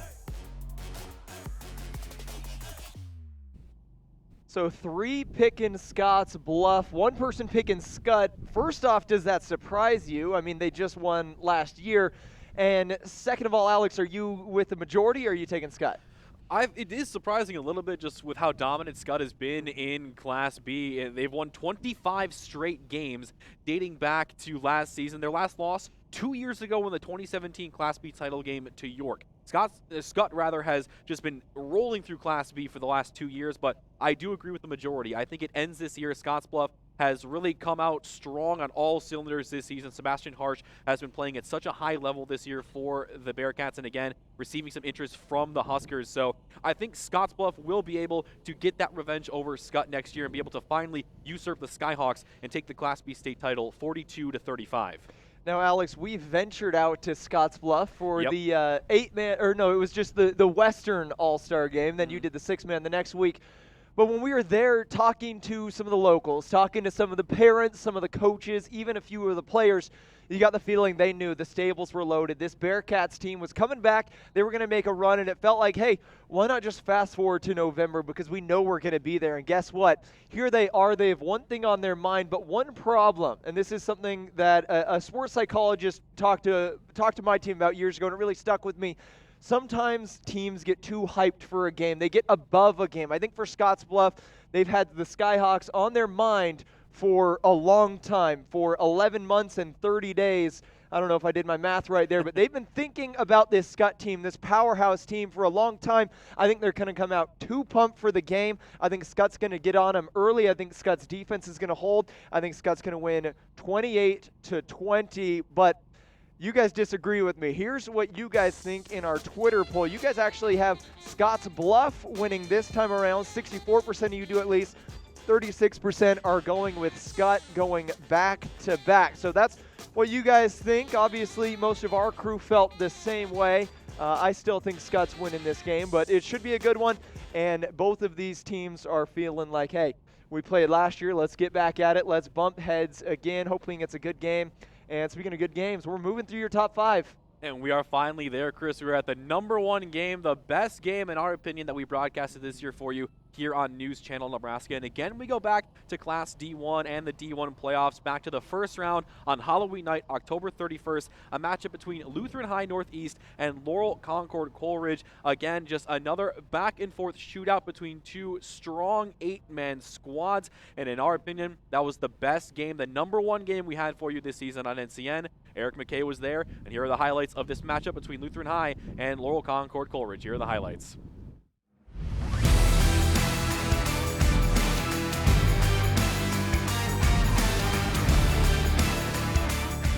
Class D1 playoffs, 8 versus 9 seed Lord Central Catholic making the trip from Nebraska City to take on Lutheran High Northeast. So here we start on the opening drive for Lutheran High Northeast. Jackson can't find his buddy Ben Gebhardt. All he does, takes it 55 yards all the way to the house. This was the third play of the opening drive, 8-0 Lutheran High Northeast at the 10:36 mark, but it took the Eagles 3 plays. It took the Knights 2. This is the very next drive. Aiden Aldana, 38 yards on the ground right there. It's 8-8 ball game. We're less than 2 minutes into this one. Now, Lutheran High Northeast, Jackson Cant on the ground this time, 35 yards to make it 14-8. And then the Eagles would hit Gebhardt here for an 11-yard score. Gebhardt had 8 receptions, 170 yards. It was a 36-28 game at halftime. But coming out of halftime, you have a big-time run there by 58 yards by Aiden Aldana to make it 36-36. Then right back down the field, Kent hits Gebhardt for a 21-yard score. Aldana, as we're now in the fourth, gives Lord Central Catholic the lead 44-42. These teams were trading blows back and forth all game long. This was a big fourth down pickup as Lutheran High Northeast was trying to string a drive together. Lord's up by 2, and it would end up being a touchdown for Kent. So the Knights would relinquish the lead. Eagles take it back 48-42 at the 5:33 mark. But then Lord Central Catholic strings together a drive, and they take the lead 52-48 under 2 minutes to go. And there is the 2-point conversion, so it's 52-48 Lord's Central Catholic. But with 22 seconds to go, Kent finds the end zone, his 8th touchdown of the night to give the Eagles the lead. It's all down to one play. Backup quarterback's in. Blake Miller, the quarterback's at receiver. It hits him in the hands, and had he hauled it in, Lords would have won, but drop ball, and Lutheran High Northeast gets the 56-52 victory. They are heading to the second round of the Class D1 playoffs.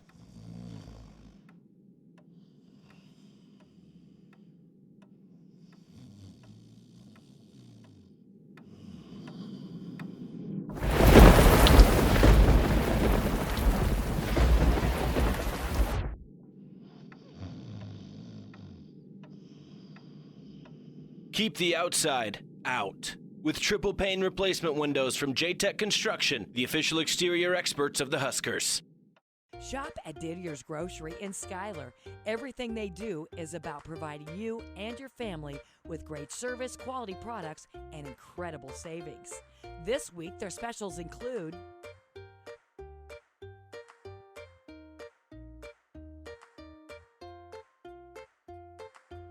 coupons and other great deals can be found at didiersgrocery.com. At Didier's Grocery, there's always a friendly face that loves to help. Not a surprise, that was our number one game that we saw before the break. Chris Williams here alongside Alex Loroff. Now, I was in the newsroom watching that game on our TV.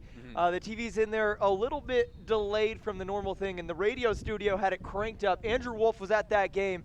I actually heard his call of the last play before it happened, and I'm not bummed he spoiled it. His call was fantastic. Our producer, Will, lined it up with the actual play. So here is what came through the radios on that final play of the best game of the year. Good job. He might have just earned himself a new spot on the depth chart. 2 seconds left. Down by 4. And Lord Central Catholic is going to look for Miller here on the near left side. Tristan Scott is guarding him. On an island, too, Andrew. It's going to be a one-on-one matchup right here. Looking for the trick play here. Dropping back to pass. Kachanowicz going to the near side. It's up for Miller. Miller had it for a second. Dropped it. Incomplete. Lutheran High Northeast survives this football game. I've said it once already. Andrew Wolf knows weather, but he knows football even better. I love listening to that. He always brings that excitement, always brings that energy. Andrew, never change. That was awesome. That was an awesome game. You can tell he really loves those area teams. And no, McCool Junction just showed up here for the 6-man championship. They just walked in the locker room on the other side of the van there. So the game is getting closer, but we still have one class we haven't covered yet, Alex, and that's Class A. That's the big boys. That's the biggest rosters and the most players, some of the biggest players, some of the biggest names. And we're going to look through it because there were a lot of heavyweight teams coming in this playoff, and some of them squared off in the season, some of them not yet. One of those was Bellevue West. So if we can pull up the bracket here, we can look at Millard West grabbing that #1 spot. They had plenty of quality wins on the season. It seemed like they were knocking off top 10 teams week in, week out. They won that first round game 34-0, second round 35-14, no problem over Elkhorn South. They would run into some issues with Bellevue West, though, and Bellevue West Bellevue West was a little bit surprising. They won 42-0 in the first round. They beat the defending champs Burke 48-0. They were lined up Millard West, and that game is one we were hoping for all year. I was kind of hoping they'd be on different sides of the bracket to be in the championship. They weren't. We got the powerhouse matchup, but we kind of get best of both worlds, Alex, because we also have a bit of not a true Cinderella, because I think Westside was in our top 10. They were on our radar all year, But this West Side team, they've been hot lately. Talk about this playoff run that they've gone on here, just knocking off people, winning 35-0. Do they belong to be in the same conversation with the big boys? Are they going to be able to compete? Absolutely, Chris. You look at Omaha West Side, and again, it's a bit of a weird matchup having the 4 seed and the 7 seed.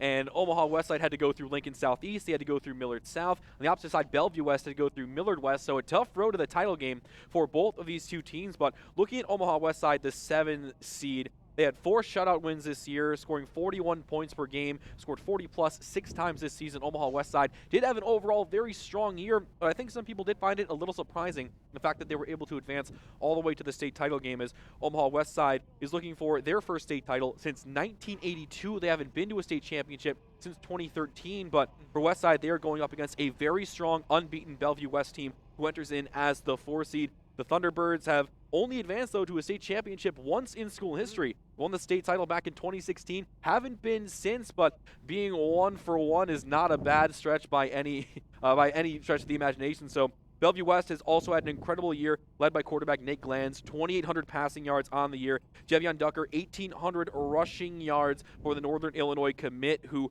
set the 11-man record this year with 107 career touchdowns, 20 points away from tying the 11-man career points record. There are some high-profile players on this Bellevue West team. Omaha West Side, though, also had a strong season. I think this might be one of the most interesting state title matches we will see between the 4 and the 7. Now, Bellevue West was a 4 seed coming into the playoffs, but the number 1, you said 1-for-1, that number's been with them all year. They've sat at the top of our NCN rankings all season long, and I'll admit I voted for Millard West many of those weeks to be number 1. I thought Millard West was more battle-tested. Bellevue West has proved me wrong, and they're sitting here in the championship game. So our staff obviously has paid close attention to Bellevue West all year. Let's see if they're still paying attention, still think they're the best team in the state. So for Class A, I have to go with the favorite in Bellevue West. They have been the leader from start of the season all the way through the finish, and what they've done in the postseason has really, really impressed me. The argument could have been made prior to the postseason that their strength of schedule wasn't that great, and maybe some questions could have been asked, but you look at what they've done, particularly in the first 2 rounds where they outscored Lincoln East and the defending champs Omaha Burke a combined 90-0. And I said it last week on Prep Playbook, I truly felt that whoever won that semi between Bell West and Millard West would be the eventual state champs. There's just too much talent on that team when you talk about Jevion Ducker, who will be going to Northern Illinois next year, and you also have Xavier Betts, of course, who will be playing for the Huskers in Lincoln. They are just too good. Now, you look at West Side and you see how they have improved. They lost to Lincoln Southeast 22-17 early on in the season. Then they turn around and shut out the Knights 35-0 in the second round of the playoffs. They are playing very, very well right now. They are hot. But even with that being said, I just think Bellevue West firepower is too much.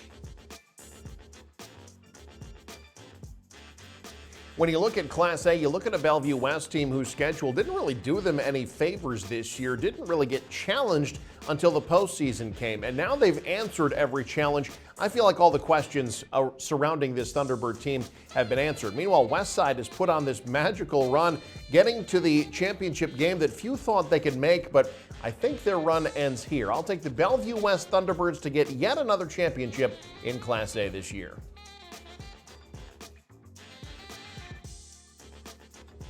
Well, I think the Class A state championship game is going to be an interesting game to say the least. You look at Omaha West Side, this team has been playing some really inspired and good football here throughout the postseason, and of course avenging their regular season finale game against Millard South, the game they lost. They got them back in the semifinals when it mattered the most. But I think when you're looking at this game on paper and you look at it on film, there's a reason Bellevue West has been just absolutely destroying everyone in their path to the state title game in Class A. They have Xavier Betts at wide receiver, the number 1 recruit in the state, the Nebraska commit. They have the Ducker kid at running back. Michael Huffman's a fantastic coach. They just won the title back in 2016 when these seniors were freshmen. And I think that what it comes down to in this one are the explosive plays that you'll see from Bellevue West, and I think the overall talent that they have gives them the win in this one. I think they claim the state championship in Class A and go on to win their second one since 2016. With all the talent that they have, I have them as a 2-touchdown favorite in this one.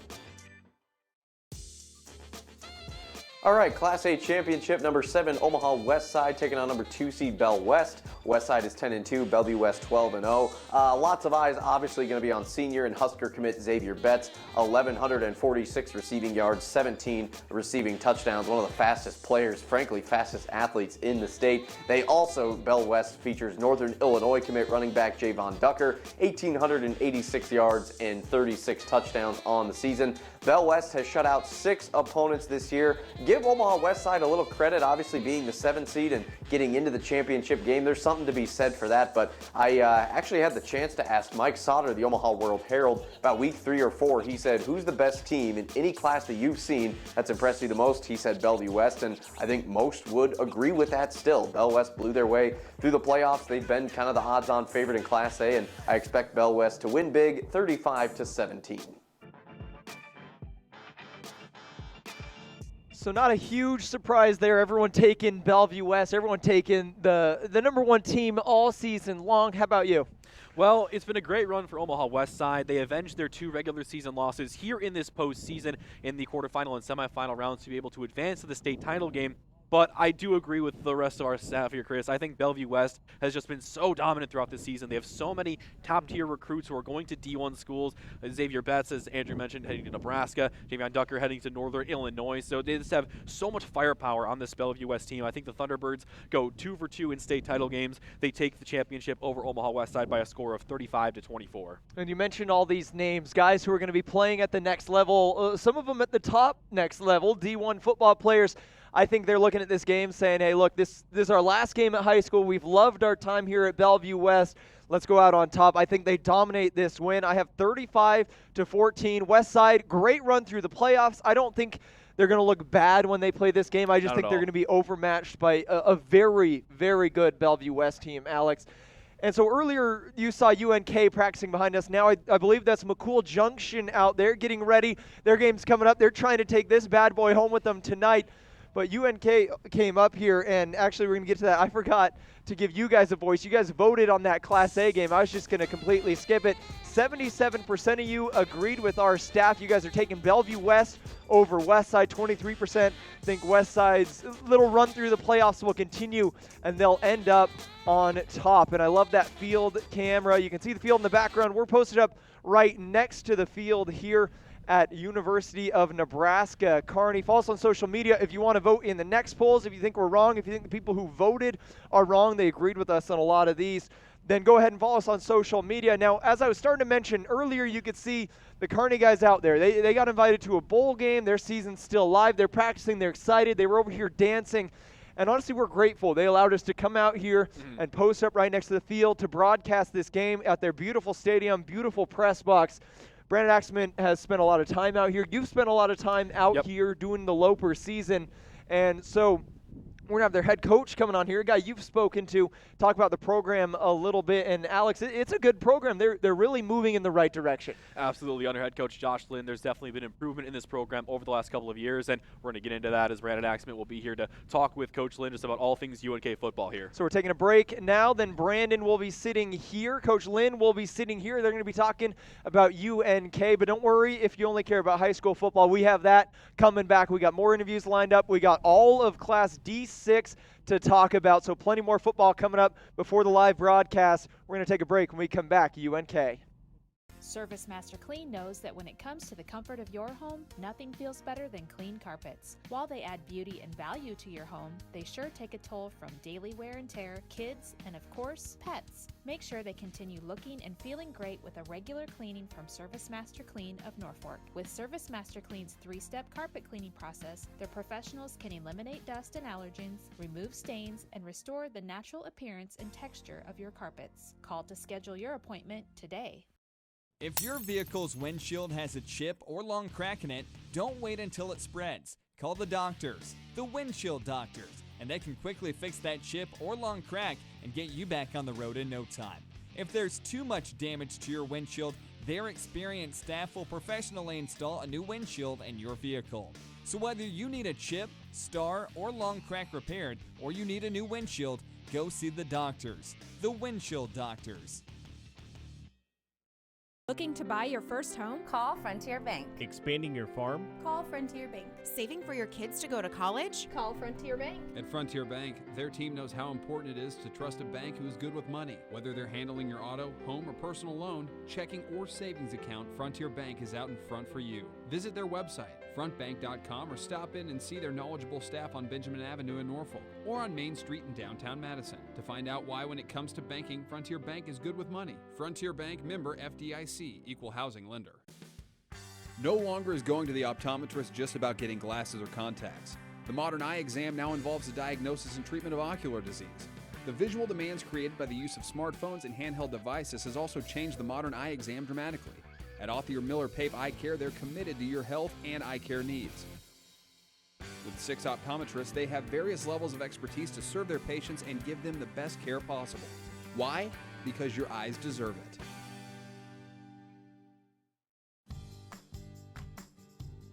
Elkhorn Agency Insurance believes you should protect your future. Because we are independent, we offer policies from a wide array of carriers, giving you more choices and flexibility when it comes to your insurance needs. To see if we can save you money, we invite you to stop in or call for a free, no-pressure quote. At Elkhorn Valley Bank's West Branch, contact David Dries, South Branch, Dana Bargstead, and at the main branch, Alan Louthen. And welcome back here to the University of Kearney's campus here for Prep Playbook Live. Joining me now is UNK football head coach Josh Lynn, who the Lopers found out this season, or this week rather, that their season is continuing. A bowl game is on the horizon. But, Coach, we've had a very good time. I'm obviously covering UNK the past several seasons. We've gotten to be very familiar with the program, and this is your 3rd year as well, and the Lopers are continuing to improve. So first off, thank you for jumping on the desk with us. How you feeling as you just got done with practice, getting ready for that bowl game coming up? Well, that's great, and I have to say this is definitely one of my favorite events of the year in regards to the six-man game. It's me and my coaches kind of say that it's a more of a track meet than it is a football game. So it's fun to be out here. I won't put you on the spot and ask you if you have any predictions on the game, but we're looking for a good one all the same. Now, back to college and what you've done. This is your 3rd season with UNK as the head coach, and you've turned this program around, obviously. 3 wins 2 years ago, 5 wins last year, and now 6, potentially 7. And your track record of turning around programs is very well. So when you look back at what you've done, the excitement that's come around this program, and as you've progressed, how does a coach do something like that? Because you've done it multiple times. Well, I think it all starts with, you got to have some consistency and make sure your kids are doing the same thing over and over, whether it's an offense, whether it's a defense, whether it's in the weight room, whether it's in the classroom. You've got to hold your kids accountable and make sure they're doing the same thing over and over and over. And I think that really relates to developing a program and having a lot of consistency with the program. And for those who aren't aware, Eastern New Mexico, prior to coming here, is where you turned that program around. Your alma mater, rather, where you had 4 winning seasons out of 5, the first winning season in over a decade nearly for that program. So obviously UNK very happy to have you. Now, what made it a decision, or easy or not, for you to come here from your alma mater? Well, you look at when you look at programs, you look at the overall ceiling. You look at where a program can go, maybe not to where they are then, but where they can go. And I came to Kearney, and I'll be real honest with you, I wasn't real fired up about coming up here. But then when you get to Kearney and you see the facilities and you see what UNK has to offer, you look at the town of Kearney and the people that are in Kearney, it felt like a good fit. I really enjoyed talking to the administration, and more importantly, I enjoyed talking to the players. And they're really the ones that kind of sold me on it. And something else that was very big that came along with you, UNK, prior to your arrival, was a very much air it out, throw it all across the yard type of thing. You came in and said, hey, we're going back to old school football. We're going to run the ball. We're going to play good defense. And every year you've been here, it shows statistically where the Lopers rank in terms of time of possession, running the ball, and defense. So was that a philosophy that you just knew best and that's what you wanted to do, or what was the thought process in switching things up? Well, I think at a place like Kearney, or you look at a place like Eastern New Mexico, I believe that you need to do something different. You look at teams in the MIAA, very multiple. A lot of them are doing the same thing. I think it's an important place. I think it's important in a place like Kearney where you do something different on offense, which we do. We run kind of a triple option based attack. We like to run the football, and then play great defense and give multiple looks, and that's different than anybody else in our conference. And that also weighs into the fact that we're the only school in the MIAA in Nebraska. We play with a lot of Nebraska kids, and we're going to be different, and we want to be different in every phase of our program.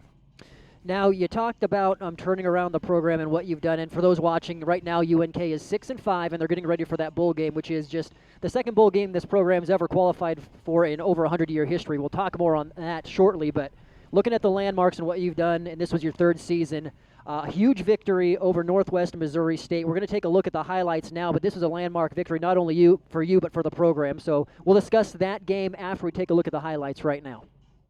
Number 7, Northwest Missouri State, undefeated, heading to Kearney to take on the UNK Lopers.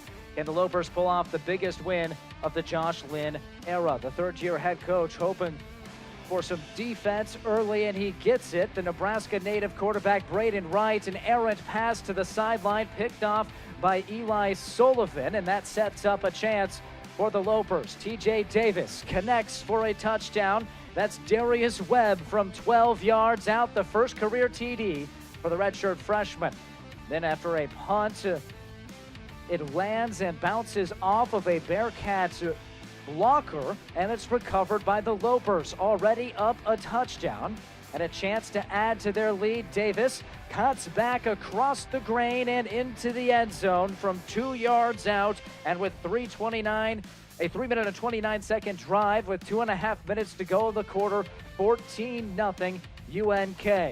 The ensuing Northwest Missouri State drive, Wright hands off to Rankin, the senior running back, with an uncharacteristic play. He puts the ball on the turf, and it's recovered by star senior Sal Silvio. But it didn't lead to points, and to the second half we head. Northwest Missouri State doesn't waste much time after an opening drive that led to a touchdown by UNK. Wright rushes for a score. Now he throws for a score. Down the sideline, 38 yards to Imani Donadell, and we have ourselves a football game. That was the final play of the third quarter, and it made it 21-14. But then the dancing started, putting the defense on skates. First the juke, then the spin, and then to the sideline and the stiff arm. TJ Davis doing it all day long. The star freshman quarterback was fantastic, had 2 touchdowns, and to ice the game away, another fumble by this strong Loper defense, and guess who recovered it? Sal Silvio. Here's the final play with 1 second left. The Bearcats trying to do the lateral, and Silvio with the tackle to close it, and a win for the ages. UNK 24, Northwest Missouri State 17. The Lopers improved to 5-2. Now, for the fans at home who aren't aware, Northwest Missouri State, basically the Alabama of Division II football. That is the biggest win in the program's history for UNK since they moved to Division II back in 1990, the highest ranked foe, and it's only in year 3 for you, head coach Josh Lynn. So when you look at those highlights there and some of the memories of that game come back, what sticks out to you in that one? Well, it's a good program win. That's the kind of the gold standard for Division II football is Northwest and the Bearcats. And the big thing is getting one of those wins under our belt to where we can build on it and go get more. Of course. Now, did you anticipate, year 3, some people might say that's not very much time to knock off a team like that. You look back at, though, when you played the Bearcats, I think it was year 1 for you, even though it wasn't a great year wins-wise, you lost to them just 14-0, and you played them pretty close. So was this on the horizon or expected from you? Well, I mean, you coach football, you work hard every week, you want to go out and get wins on Saturday. So the expectation's always to go out and win. Sometimes it's a lot harder than what you think. But obviously you want to go out and win football games, and that's the expectation every week. Lastly, when touching on this game, what does that mean for the program that you've reached that benchmark and you can use as a springboard now? Well, it's great in recruiting. And our whole belief with our program is, we want to make our kids believe, and believe in the classroom, believe in the weight room, and then obviously believe they can win. And I think we've turned a corner there. Our kids are believing, and we're excited about the future of Loper football. Well, looking to the immediate future of Loper football, you guys are going bowling. You'll be down in Missouri in, I believe it's November 7th, for a contest against an NICS team or NISC team, but this was a game that after you lost the final regular season game to Winona State, you weren't necessarily sure that you would get this bowl game. And this isn't like D1 where there's 60 or 70 bowl games. There's very few in Division II. So can you go along with the process and describe what went into you finding out that you guys were going bowling? Yeah, of course. We lose our last contest against Washburn University, and to be honest with you, I thought that really hurt our chances to get into a bowl game. And we caught a little luck. I mean, Fort Hays State turned down a bowl, and that kind of slid us into bowl contention. I still didn't think we were going to get in. However, we got a call on Sunday night, and you go from very, from pouting or maybe upset to extremely excited, and get an opportunity to get 3 more weeks of practice and get to go play somebody outside the MIAA and get to go perform in a bowl game.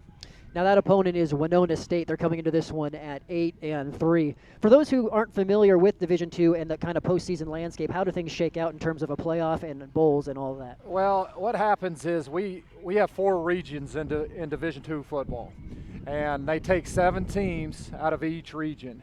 And obviously we weren't in the top. We weren't in the top 7 to get in the playoffs. So after the playoffs is all sorted out, they have 3 Division II bowl games.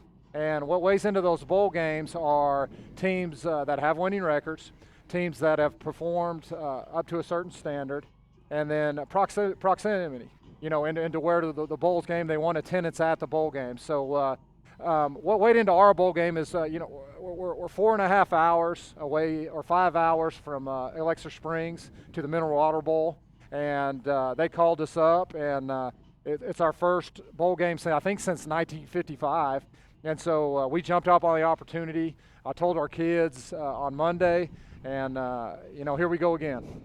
Second bowl game in UNK's history that they've ever been, like you referenced, the first since 1955. Have you had chance to look at any film of your opponent coming up yet? Yeah, we have. We traded earlier this week.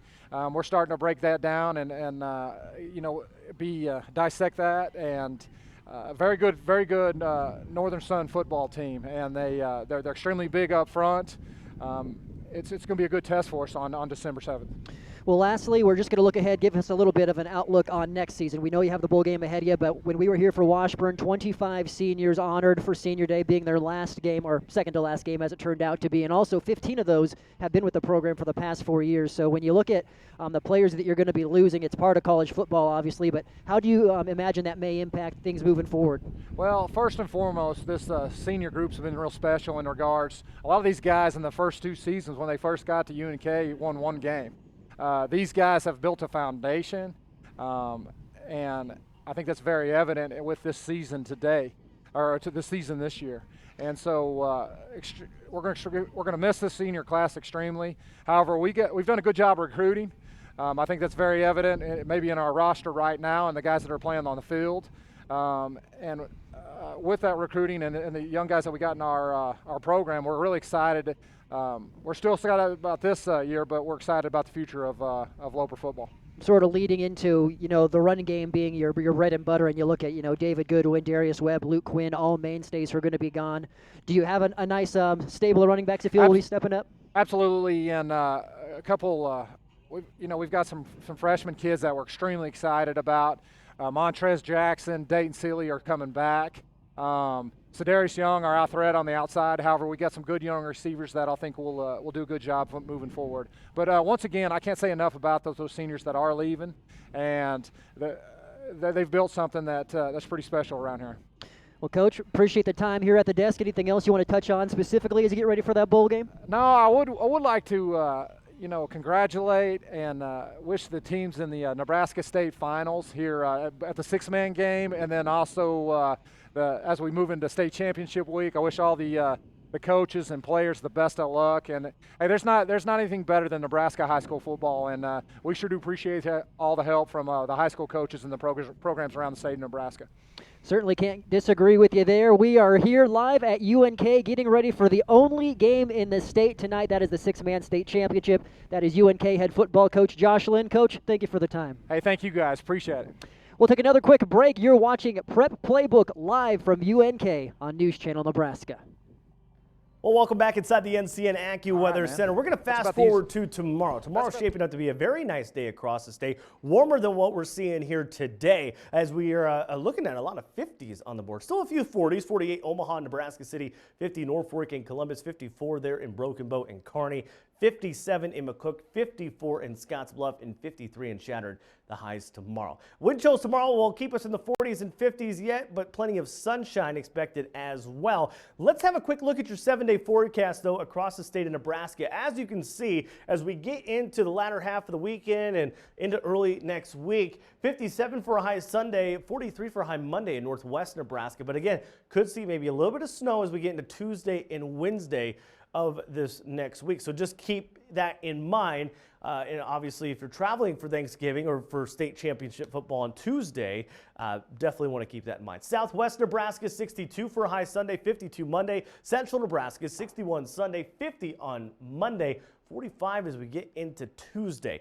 Northeast Nebraska, 56 as we get into Sunday, 47 Monday, 43 Tuesday, and 42 on Wednesday, with upper 40s as we get into Thanksgiving Thursday and Friday. And Southeast Nebraska, Monday a high of 54, 47 Tuesday. How about Friday? We look ahead, Husker football next Friday against Iowa, looking at a high of 58. Is your internet speed a pain in the asterisk? Get Spark Internet. Get up to 25 meg internet for only $25 a month for 12 months. Or up to 50 meg internet for only $50 a month for 12 months. Plus, you get a free modem and free standard installation. Get Spark Internet. Visit abbnebraska.com or call 888-262-2661 today. When choosing your primary care provider, look for a partner in your health at Faith Regional Physician Services Family Medicine. We'll be there to listen to you, collaborate with you, and support you in both uncertain times and life's greatest moments. Together, we can build healthy lifestyles, healthy families, and healthy communities. Visit frpsclinics.org to meet our primary care providers and find the right care for you at Faith Regional Physician Services. My dad's addiction and death from overdosing on opioids has taught me it's likely that everybody knows somebody who is struggling with this very problem. Losing my mentor, my best friend, he took one pill too many that ultimately killed him.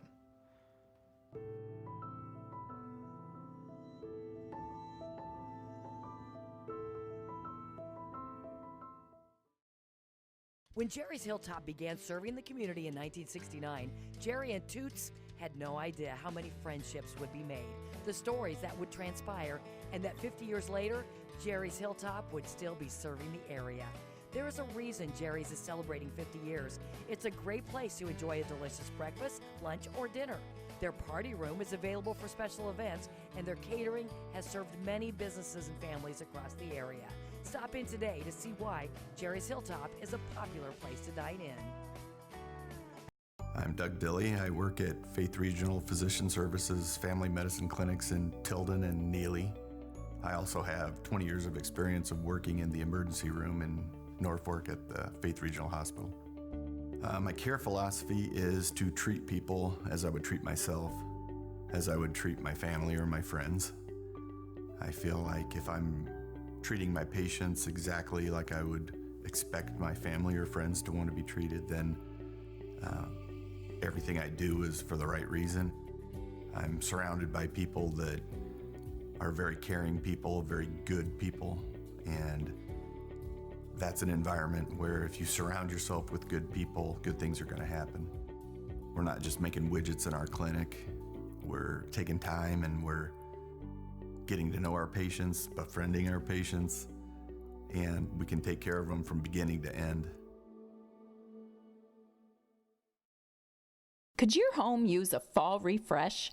We here at Faye's Furniture and Floor Covering in Hartington can get your home ready for the season. From luxurious Shaw flooring that will keep you and your toes toasty, to a new spring air mattress you might never want to leave. We have the flooring, furniture, window coverings, and home decor guaranteed to make fall your favorite time of year. So come in now to Faye's in downtown Hartington. You'll be glad you did.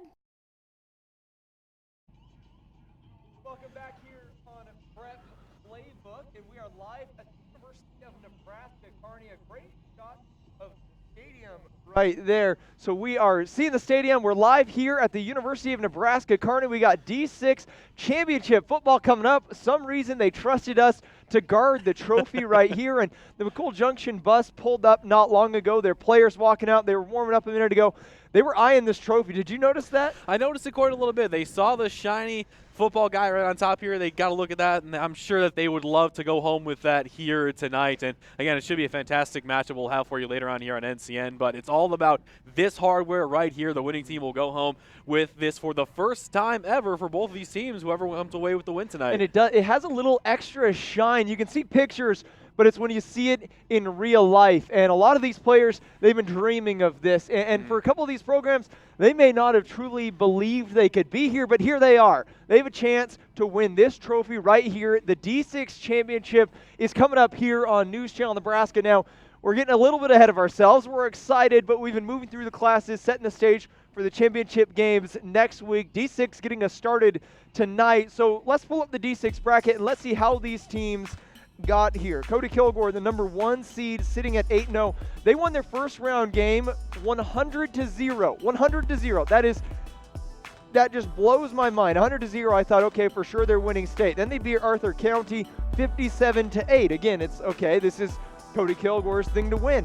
McCool Junction, the 4 seed, well, they did pretty well themselves. Put up 55 in their first round, 63 in the second round. And McCool Junction beat Cody Kilgore in a close game, but not like a 1 extra point game. They won 40-28, so they're feeling pretty comfortable, and they really earned that spot in the title game. Absolutely, and for a team like McCool Junction to be able to knock off a team like Cody Kilgore when you score 100 points in a game, it's just unbelievable. I know 6-man football, it's a little different, which we'll get into a little bit later on in the show as far as what the rule changes are and how some of those rule changes really are akin to high point totals. But for the fact that Cody Kilgore was able to put 100 points on the board earlier on in the playoffs, but McCool Junction was still able to knock them off in the semifinal round to get here tonight to Foster Field. Nothing short of incredible for the Mustangs, who enter in tonight undefeated against another undefeated team in Harvard. It's just so special when you have this sort of a situation, a battle of the undefeateds, two teams who have never won a state title, who are going to be going head-to-head here tonight on this field behind us in just a couple of hours. It should just be a fantastic atmosphere, a fantastic matchup, and I'm really looking forward to it, Chris. Now, I hate to keep harping on it because obviously it's not as relevant now. Cody Kilgore got knocked out. They were the 1 seed. But I remember last basketball season, we were talking week in, week out. It was like, when is Laurel Concord Coleridge going to get 100 points? In basketball, well, Cody Kilgore did it in football without giving up a single point. Obviously, it wasn't enough. The Mustangs are the ones with the bus sitting right there. Go Mustangs, painted across the window. It is just a great atmosphere here. Now, who's meeting them? Well, it's going to be Harvard. Looking down at the bottom part of the bracket, Creek Valley won their first round game. Creek Valley won the second round game. That set them up to play Harvard in the second round. Now, if you want to talk about high scores, you got to talk about Harvard. Harvard won their second round game over Sioux County 78-72. That is 150 points, I believe, doing some quick math in my head. Just unreal points. Video game numbers, folks. And so if you haven't watched 6-man football, then you should be excited if you like offense, if you're like my buddy here, because you're expecting to see a lot of offense tonight out of this Harvard team.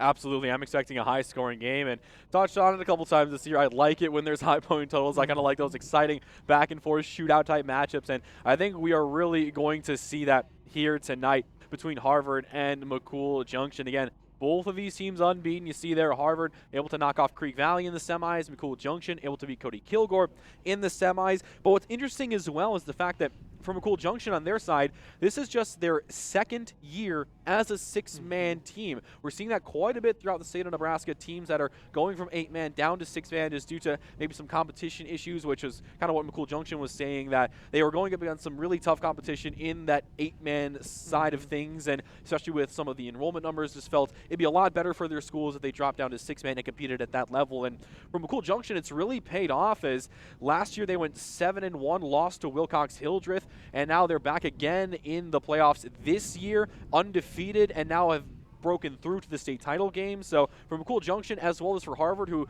just in their first couple of years as a 6-man program, some incredible success in the early goings of this foray into 6-man football.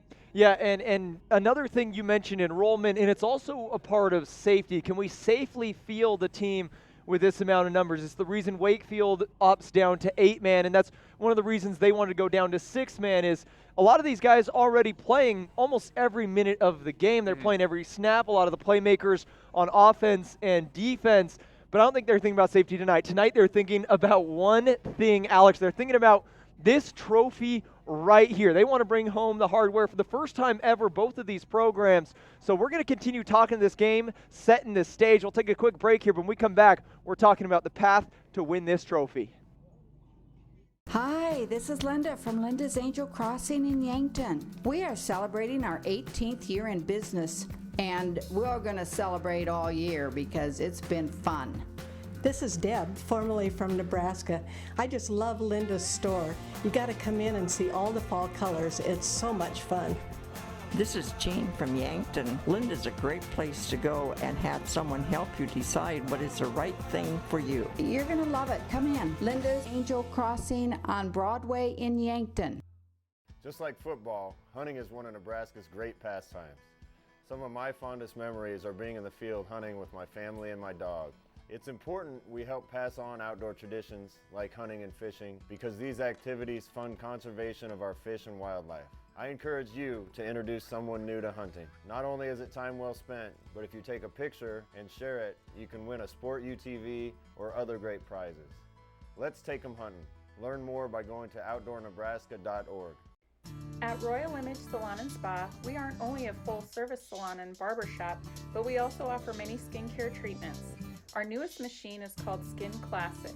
It removes skin tags, cherry angiomas, broken capillaries, spider veins, sebaceous hyperplasia, melia, and sunspots. Call today to schedule your free consultation, 402-371-9992. Creighton Auto is founded on trust, integrity, and respect. For quality vehicles at great prices, check out their inventory, like the 2015 Chevy Suburban LTZ 1500. Four-wheel drive, 75,000 miles, leather, cream color, just $36,995. A 2015 Ford Explorer XLT four-wheel drive, just 8,300 miles, bronze color, leather, remote start, just $25,995. Or a 2013 Buick LaCrosse with sunroof, backup camera, leather, one owner, only 55,000 miles for $14,750. Check out the inventory at CreightonAutoInc.net or stop in at 821 Main Street in Creighton.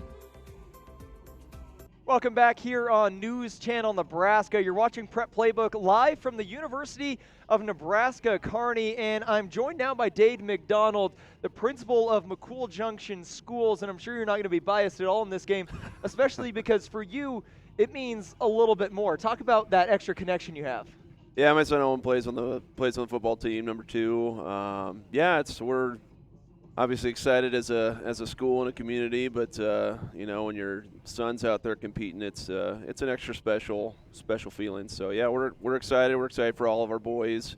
Got a great group of boys, so it should be a fun night for football. Now give us some insight. How has your son been this week? Nervous, excited? What's kind of going through his head?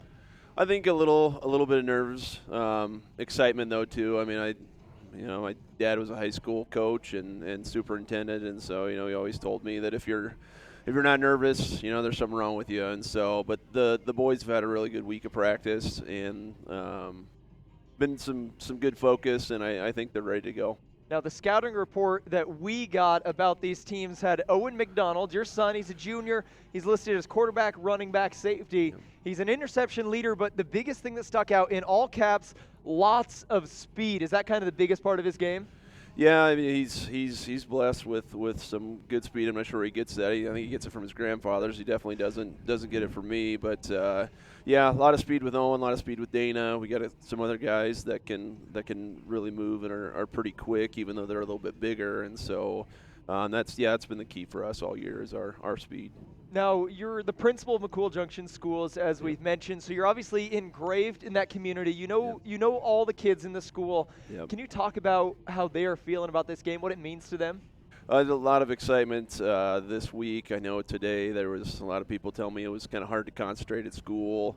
Our community and our school, we have a kind of a fighting spirit. A lot of things gone on in the last 20 years at our school to keep our school and our community going and vibrant. And I'm so blessed to work and serve a community and a group of people that support our school in so many different ways, whether that's financially or when we need things done, they're willing to show up and do that. But yeah, the kids are excited. We did a little tunnel walk in the hall when the kids left today with all the kids in the school, and so that was kind of a neat send-off experience. And then we had the police and fire trucks and ambulance escort out of town. So it's been neat. The community's really rallied behind. And they've been there the whole season. It's not just showing up at the end. It's been all year long. So now, it's great. You mentioned the sport's been there all year long. Did you know that you and the team would be here all year long? Is this a surprise to you at all? You never know how it's going to go, and especially in football, you got to stay injury-free. We've been fortunate in that regard. But we had a darn good team last year. Wilcox-Hildreth was state champions last year. We had them down 30-2 at one point in that game. We had kind of a key injury happen, and we were still able to maintain some things, but the momentum kind of shifted, and we weren't able to hang on. And so we knew we had a lot coming back. And I think this was the thing that the boys and the coaches had talked about all year long, and so it was kind of the expectation. But until you get on the field and line up and play and do those things, you just never know how it's going to go. So now you mentioned the boys. One of those boys is your boy, your son on the team. Obviously, he's probably played backyard sports with these kids. He's been playing with. How well do you know a lot of the guys on the team? Oh, I have coached most of these kids in youth basketball, or I coached junior high football for a couple years in there, and so I've seen them all grow up. There's a lot of juniors on our team that are in Owen's class, and so they're a special group of kids. You get to know them beyond sports and school a little bit, and so you have just a little bit different relationship with them. But they're good kids. They're humble. They're service oriented. They do a lot for our community. They are very appreciative of everything that's gone on, and it's just been a joy to watch them out on the field compete. But then knowing that that's not where it stops for them. They continue to carry on kind of the spirit of our community, which is great. Yeah, they sound like a great bunch. Obviously some great athletes, but it takes more than great athletes to win one of these. How do they have the competitive edge? What's kind of their mindset coming into a big game like this? Well, they after last season that ended, kind of with a sour taste in their mouth a little bit. The motto all year was finish, and I think that's applicable to anything you do out on a football field. Finishing a tackle, finishing blocks, finish until the whistle, and finishing the season. I know our coaches do a great job of getting our kids prepared to play, and our kids buy into that, and they go out and they execute, and they're coachable, and they're willing to do what it takes to bring hopefully that trophy back to McCool Junction tonight. Now, what was your mindset? This is only the second season of six-man. What was your mindset when you first heard, okay, we're going down to six-man? Was it immediately, okay, now we have a chance to win, we have a chance to compete, or was it kind of you didn't know much about six-man? What was going through your head that day? Well, I've grown up in Nebraska my whole life. I've experienced eight-man. I played 11-man football in high school just down the road at Bertrand. I'd been to a six-man game growing up. My dad would take me to a lot of different sporting events. It was a conversation that we had. We knew that we were going to be close eligibility-wise to being able to play and compete and qualify for the playoffs. And so we sat down, we talked to our coaches, we talked to our kids, we brought our community in and talked about it. Our biggest selling point is it's still football. It's still blocking and tackling. You never know how it's going to work out, especially in something that's new. You got to learn how things go and work. We knew that we had some speed and we had some things that were pretty important to the game of six-man football. But again, you just never know how it's going to go until you get out there and compete. So. Yeah, and you mentioned you learned quick, only the second year in, and you're sitting here, state title game, University of Nebraska. Kearney, I want to ask you one more thing, because you mentioned there was a big send-off, the emergency vehicles, the tunnel in the hallway. If you're doing all that before the game, what are you going to do if they bring this guy home later tonight? Well, the one thing that we do, we have 5 different state championship teams at our school. They all have their picture up in our gymnasium, so we talked a little bit about that. I know that the community will celebrate this, and it'll be something that we'll remember for a long time. It's one of those deals where we've talk to our boys about, just the memories created on this journey, and to bring home a state title would be awesome for them and for all the people in our community that, like I said, that have fought so hard to keep us up and going. So what was your message to Owen this week, and especially before this game? What did you leave him with? It's always, I've coached a number of different sports and done a lot of things, and I've been around coaching and athletics my whole life. Trust your training. You got to believe in yourself. You can't play tight. Go out there and let it rip, and just believe in yourself. And something that I've learned over the last few years, John Gordon writes a lot of books. In one of his books, he talks about fear or faith, and how the future, both of those are related to the future. Fear believes in a negative or kind of bad future, and faith believes in a good and positive future. So why would you choose fear? And so we've talked a lot about with going with faith, and you've worked hard and you've earned it, and make sure that you just trust what you're doing, trust your training. Well, seeing the boys get off the bus, they certainly sound like they listened. They seem like they're locked in and focused, and they're ready to go. They'll be competing tonight. Thank you for joining us here on the show. I would ask your prediction, but I'm assuming you're going with your son here, so maybe I'll more ask a score prediction. How much do you think they're going to win by? Oh, it's going to be a tight game. I know that. I don't know if I'll give you an exact number, but I think it's going to be probably pretty high scoring. I'd like to think it would be touchdown or two in our favor, but you just never know. But yeah, got to go with the Mustangs. Obviously a little biased there, but that's just how it goes. So, and we really appreciate you guys having the coverage and doing all these things. It's really nice for you guys to step up and do this. We're really appreciative. Yeah, well, I appreciate you saying that. We obviously love being here field side at the state championship game. We're getting closer. I'm sure for you it can't come quick enough. For us, we have plenty more content coming your way. Stay with us here on News Channel Nebraska. Welcome back inside the NCN AccuWeather Center on this Friday. It's time to take a look at that extended forecast here on News Channel Nebraska. Now, we have seen some precipitation take place, some snow across the southern tier of the state so far today. We'll kind of continue to see that at least to the evening hours of tonight. Should taper off by midnight. We'll have a look at that NCN Futurecast in just a little bit. But let's kind of fast forward to this next week. Monday and Tuesday, you have the high school football state championships in Class A through D2 on Monday and Tuesday. Wednesday, you might already start traveling for Thanksgiving. Thanksgiving on Thursday, and of course the Husker game in Lincoln on Friday, with probably some more holiday traveling Friday and throughout the weekend. But what we're talking about here is come Tuesday and into Wednesday, there is a chance of maybe some snow across the state. So obviously it's going to affect a little bit of holiday travel, maybe high winds here in the Midwest. So definitely something we'll kind of keep an eye on here as we make our way throughout the weekend and early portion, of course, of next week as well. Let's have a look at that NCN Futurecast. You can still kind of see about 7 o'clock here this evening, still a few light snow showers, maybe mixed in with a little bit of rain taking place across southeastern Nebraska. But by the time we even get to 10, 11 o'clock, should taper off almost entirely here for all of the state of Nebraska, with some sunshine in the forecast tomorrow.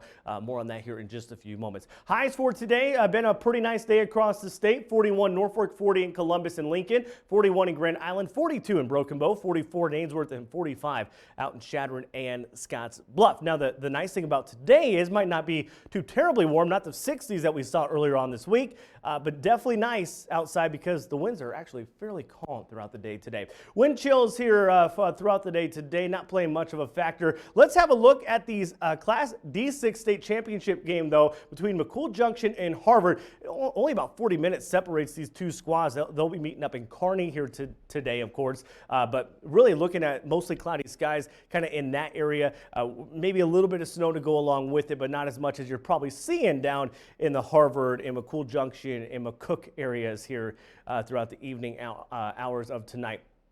So shouldn't really play much of a factor throughout the game. Lows for tonight, though. It's going to be cold, so if you're heading out to that game here in Kearney tonight, definitely dress warm. 22 Norfolk, 23 Columbus, 24 in Grand Island, 25 in Beatrice, 22 Broken Bow, and 22 in McCook with that low tonight. Wind chills tonight will drop down to the teens for majority of the state. I think conditions for tomorrow, or tonight, excuse me, fairly clear skies, but tomorrow setting up for plenty of sunshine. We got 50s on the board pretty much statewide, even a few upper 50s in the southwestern corner of the state. Wind chills tomorrow will be a little bit windy. We'll see those winds gust around 25 miles per hour, but again, plenty of sunshine to go across the state here for tomorrow. My dad's addiction and death from overdosing on opioids has taught me it's likely that everybody knows somebody who is struggling with this very problem. Losing my mentor, my best friend, he took one pill too many that ultimately killed him.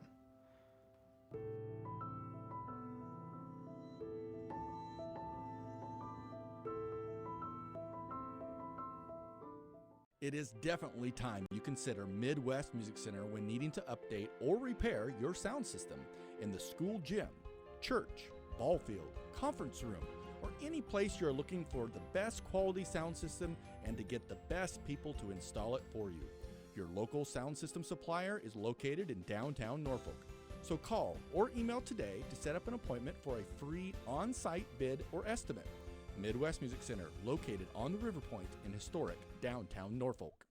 Well, things are getting a little bit crowded here at the University of Nebraska. Kearney, our two-man desk has turned into a three-man desk. We replaced that beautiful trophy with, well, just Eric. With sorry.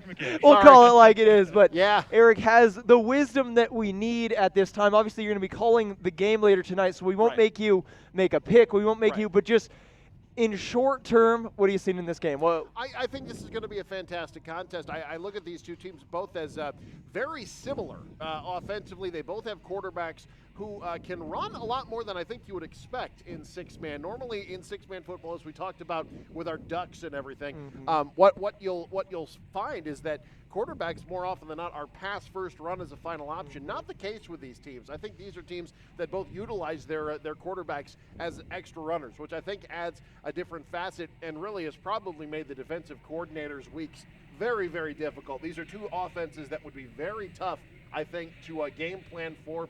In terms of experience, obviously Harvard with Scott Trimble. I mean, you're talking about a six-man legend, guy who won 3 in a row at Arthur County. And McCool Junction, you know, do they have the just happy to be here kind of vibes to them? Never played for a state championship of any kind in football. So I think a lot of interesting dynamics that will play out here tonight. Should be a great game. Now, someone who's been really researching this game hard. I mean, I've never seen Alex Loroff work this hard. All week long, he's been studying all these games. And for this game tonight, do you agree with Eric? And can you go a little more in depth about kind of what each of these teams brings to the table? Well, I do agree with Eric in a lot of ways. And I think when you look at this McCool Junction team, they do like to run the ball early and often. But I think you're going to see that. You see that a lot in six-man just in general. I think McCool Junction, just the fact that they were able to knock off that Cody Kilgore team was one of the most impressive wins, I think, out of any playoff game we saw throughout this season. A team, we talked about it, put up 100 points on a team Cody Kilgore did this year. McCool Junction was able to knock them off again in just their second year as a six-man program. So clearly this move down to six-man has worked for the Mustangs. They have definitely found their stride, no pun intended, you know, Mustangs as the mascot. Right. They found their gate. They have found just their niche in the state of Nebraska. But again, they're going against a Harvard team who was undefeated last year heading into the semis, lost to Wilcox-Hildreth as in McCool Junction. So they were knocking on the door, couldn't quite get there. They finally were able to break through here tonight, taking on McCool Junction. And Harvard, that spread offense that they run with multiple wide receivers set there, just so hard to kind of game plan against, especially when it comes to six-man. So I think this is going to be a very fast-paced, a shootout-style game. We talked a little bit about it before. And Eric, just when you look at six-man football in general, just what in your eyes makes six-man so unique? And just for people who may have not seen a six-man game before, just what are they going to see tonight from a bit of a different style than they are used to seeing when it comes to even 11-man or 8-man football? Well, the pace. I think someone who imagine the first time, if you're used to 11-man football, the first time you saw an 8-man football game, and just like, whoa, this is crazy fast. I would liken it more to like watching NFL football your entire life, and then someone takes you to an arena football game. Okay. And you're like, what is this? This is great. I love it. It looks somewhat like what I'm used to, but there's a lot of different stuff to it. Now, we don't have wide receivers on dead sprints toward the line prior to the snap like they do in the AFL, but I think you'll have that arena football style in terms of just high-paced, the spacing. We talked about it as well. The spacing on the field at times can look like a soccer match because players are so spread out. The onus, and really the impressive thing, you talked about Cody Kilgore scoring 100. To me, the more impressive thing about that game was the 0. On the other end, the idea that you can keep a 6-man football team from scoring at all is incredible. I did a 6-man all-star game a couple of years ago in Albion. The final score, I believe, was 14-12, which is incredible and really says a lot to the caliber of championship-level defenses. I think this will be a close game. I'm expecting a shootout, but I don't necessarily think we should be surprised if this game stays in the 20s. These are two teams as well. When you look up and down their results this year, they're used to keeping teams under 10 points. They have defenses that can get it done. So I think I wouldn't be surprised to see this game stay close at all. And I also wouldn't be surprised to see if it's kind of a 1-30 kind of game. Well, we're very excited to see either way, and we have plenty more to talk about with this game, but we're not going to do that yet because while I have you guys, all season long, every Friday, I just kind of sit in my chair, sit in the nice studio. These guys have been driving across the state. You guys have done so many games, often 2 or even 3 a week. So, Alex, I want to start with you. Can you just kind of tell us about your season? What were some of the high points for you? Well, for me this season, I had the pleasure of, for the second year in a row, getting to follow the Cozad Haymakers throughout their year as far as my main kind of football games were concerned. And it was another great season for Cozad. Saw a lot of good games out there in the western part of the state, one of which an overtime win that Cozad had over the Sydney Red Raiders in a game where had it firmly in hand. Sydney able to make a comeback. It came down to an extra point after Sydney missed one after scoring a touchdown. So that was an incredible game. Cozad able to make the playoffs for the first time in about 6 years as well. Was a big moment for that team and for that town as well to get the Haymakers back into the postseason. They lost to Ashland Greenwood, unfortunately, but seen a lot of games as far as Cozad is concerned, but I've already also seen a couple of different games throughout the year. I had a chance to call a Pierce game with yourself, Eric, in the regular season finale, that Boone Central Newman Grove game. And again, just seeing a team like Pierce up close and personal and just how incredible that team is. And we followed them throughout the playoffs. You obviously have really been following them throughout this season. Just seeing the way they work as such a well-oiled machine, that's also been one of the highlights of my year, just seeing that team in action, and now especially where they've gotten to now, competing for a state title here in just a couple of days. And Alex, I'm a little surprised you mentioned that game you called with Eric, because we've been wondering if Eric's cursed this year. It seems like most of your games are blowouts, but I guess that could come down to you're just watching Pierce play, and Pierce is unbelievable. And that's one thing that stands out in Northeast Nebraska, and it really has in the 10 years now that I've been doing this, is that, when I started, in 2010 was my first year of covering high school football in Nebraska. And at that point, Norfolk Catholic started a 34-game winning streak at that point. They won 3 straight championships, 2010, 11, and 12. And really what sticks out to me is Class C1, for whatever reason, it seems almost every year has one team that stands out above everybody else. You go back to Aurora last year. You go to Cozad from 2014. Those Norfolk Catholic teams, the Boone Central Newman Grove team, Wyatt Mazur senior season. And we're seeing it again. You talk about highlights for this year. That Pierce Blue Jay team, if they can get it done, if they finish the job against Wahoo next week, that to me is one of the best. They will be remembered as one of the best high school football teams, regardless of class, in Nebraska history. And that's definitely some great praise for them. Now, I have another question for you, Eric. At the very start of the year, you called a game between the defending champs Creighton and a Wakefield team that's postseason ineligible because they opt down to 8-man. If Wakefield was eligible, do you think that they would still be on the table? Would they be playing early next week? You know what? I wouldn't discount it because D1 was crazy. What do we have, a 4 and a 7 for the state championship in Class D1? Wakefield probably would have been about a 3 or a 4 in that East bracket that went wild this year, came down to Osceola High Plains. I wouldn't have put it past him. Certainly not the Wakefield team that we saw the last week of the season against Wisner Pilger. That team was now. I don't know. It's hard to say. There was a similar situation with Neely Oakdale a few years back where they were unbeaten and unstoppable. I mean, no one was close to them that year. They were postseason ineligible, and the question was, okay, how good would they have been in the postseason? They don't get that chance. I think if Wakefield had made it into the postseason, they would have probably gone pretty far. What's interesting, I think they would have been the 4 seed in the East. They could have had that rematch with Creighton in the second round. The Bulldogs were the 12 seed, beat Wisner-Pilger in the opening round. So you could have had that rematch, although the 5 seed would have been Osceola. Everything would have been all redone. So, but I think Wakefield would have been playing at least a couple of weeks into the postseason. Yeah, I definitely think they would have been in discussion. We would have been following them Yes. closely. And Alex, we've gone through all the brackets through the show. Yep. We did go through D6 actually. We'll In go through that excruciating detail, again. went through all the brackets, all the championship games. We've gotten you absolutely set everything you need to know for these games. It's almost like you guys had 4 hours to kill or something. So Alex, hopefully you were paying attention when I was going through those brackets. What surprised you most? Was it Osceola High Plains making the run? Was it maybe Millard West not being still in the running? What is it that really stuck out to you? And this is a broad question. That's a lot of teams I'm asking about. There are a lot of teams, but I think, honestly, you mentioned it, but Osceola High Plains might be the best story of these playoffs. And Ellie Chisholm did a great job covering this story earlier on that we saw here on the show.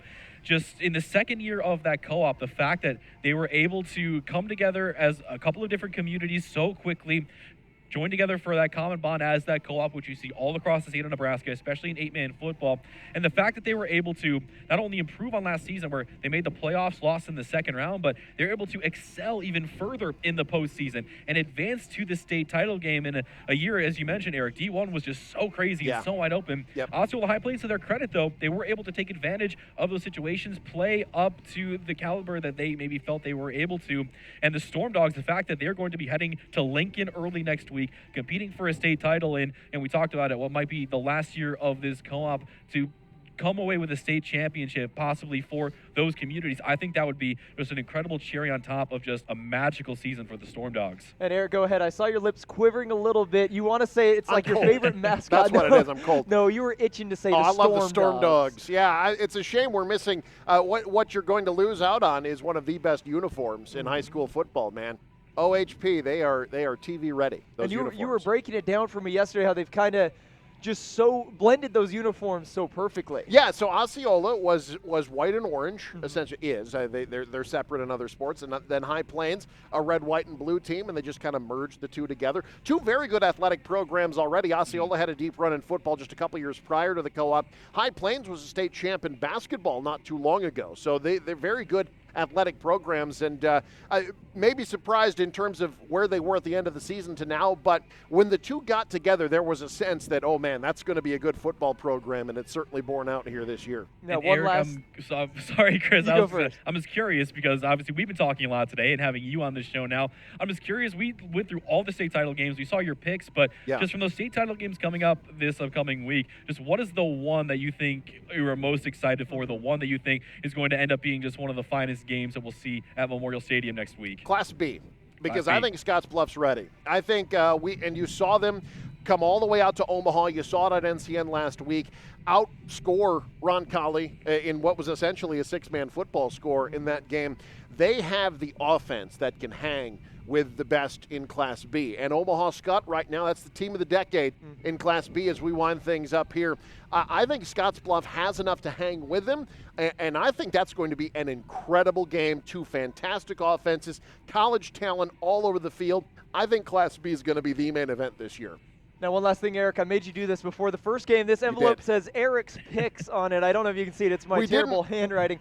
You're lucky I have gloves on, so I can't open the envelope right now. But I wanted to point out, you called the Pierce Wahoo game. You said that those would be the two teams. This was at the very start of the year. It's in August, And then you called Scottsbluff over Roncalli in the title. They met around in early. The semifinals, You did pretty well considering. Well, I can run them down. So in August, I said Class A would be Millard South over Bellevue West. So I'm half right in Bellevue West making it. Class B, I had Scottsbluff over Roncalli. C1, I had Pierce and Wahoo. I don't remember who I had winning that one, honestly. C2, my picks did not make it. Neither of them. D1, I had Dundee County Stratton and Lutheran High Northeast in the finals. And D2, I had Humphrey St. Francis against Central Valley.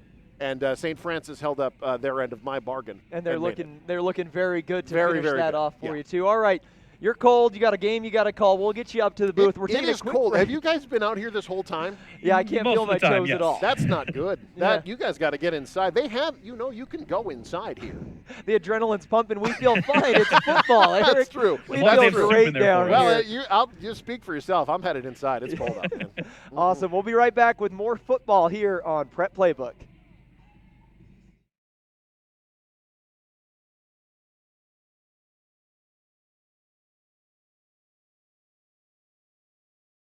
Here comes that song again. Uptown, all around the old town. Eat at the Uptown Cafe. Uptown, shoo-doo-doo-doo. Uptown, shoo-doo-doo-doo. Uptown, shoo-doo-doo-doo. Do-do-do-do-do-do-wah. Uptown, downtown, all around the old town. Eat at the Uptown.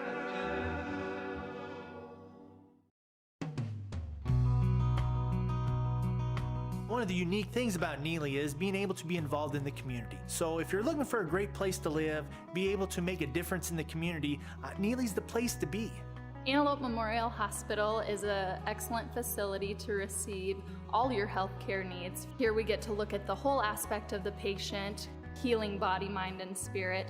I am proud to be from Neely because of all of the opportunities that come about in this town.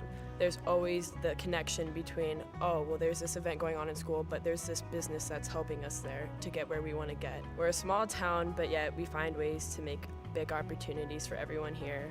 There's a ton of business opportunities in the community. It's safe, it's close-knit, we all look out for each other, and we'd just be happy to welcome anyone to our community. This holiday season, remember $1 spent in Neely stays in Neely. Shop local and keep your local businesses thriving. Shop Easy south of Yankton takes this time to say thank you to all their great customers. 7 days a week, 24 hours a day, the awesome staff welcome you to Shop Easy. Amanda, Josh, Colin, James, Dylan, Marcia, Darlene, Dave, Robert. All of the staff want to thank Kathy Scott for 22 years of service at Shop Easy and wish her the very best. Shop Easy is owned and operated by the Santee Sioux Nation. In Schuyler, life is quiet, but this is the true story of our own town. The community of Schuyler has reinvested more than $100 million to improve our community. The school continues to innovate the way they teach our children, and my place of employment is a large part of the community's success. At Cargill of Schuyler, you are a part of something bigger. Cargill is helping the world thrive. Well, welcome back inside the NCN AccuWeather Center. We're going to fast forward to tomorrow. Tomorrow's shaping up to be a very nice day across the state, warmer than what we're seeing here today, as we are looking at a lot of 50s on the board. Still a few 40s, 48 Omaha, Nebraska City, 50 Norfolk and Columbus, 54 there in Broken Bow and Kearney, 57 in McCook, 54 in Scottsbluff, and 53 in Shattered, the highs tomorrow. Wind chills tomorrow will keep us in the 40s and 50s yet, but plenty of sunshine expected as well. Let's have a quick look at your 7-day forecast, though, across the state of Nebraska. As you can see, as we get into the latter half of the weekend and into early next week, 57 for a high Sunday, 43 for a high Monday in northwest Nebraska. But again, could see maybe a little bit of snow as we get into Tuesday and Wednesday of this next week. So just keep that in mind. And obviously, if you're traveling for Thanksgiving or for state championship football on Tuesday, definitely want to keep that in mind. Southwest Nebraska, 62 for a high Sunday, 52 Monday. Central Nebraska, 61 Sunday, 50 on Monday. 45 as we get into Tuesday. Northeast Nebraska, 56 as we get into Sunday, 47 Monday, 43 Tuesday, and 42 on Wednesday, with upper 40s as we get into Thanksgiving Thursday and Friday. And Southeast Nebraska, Monday a high of 54, 47 Tuesday. How about Friday? We look ahead, Husker football next Friday against Iowa, looking at a high of 58. One of the things I like about working for Valmont is, for one, the benefits. Benefits are great. Pays pretty good.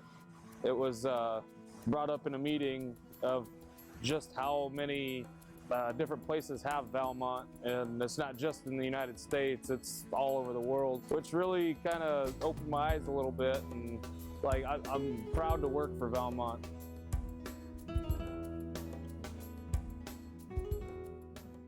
If you're looking for excellent physical therapy or a great place to work out, Husker Rehab in Beatrice is the place to start. At Husker Rehab, they enjoy a friendly, relaxed atmosphere, and they'll help you reach your goals. At Husker Rehab, we take pain personally, and we're always looking for the best solutions to help you out and have proven results. Hi, this is Ryan Wade, a physical therapist at Husker Rehab in Beatrice. If you have a referral for physical therapy or are looking to get into better shape, we'd love to help you out. That's Husker Rehab with 2 locations in Lincoln, 1 in Beatrice, and 1 in Fairbury. Call today for more information or learn more at huskerrehab.com.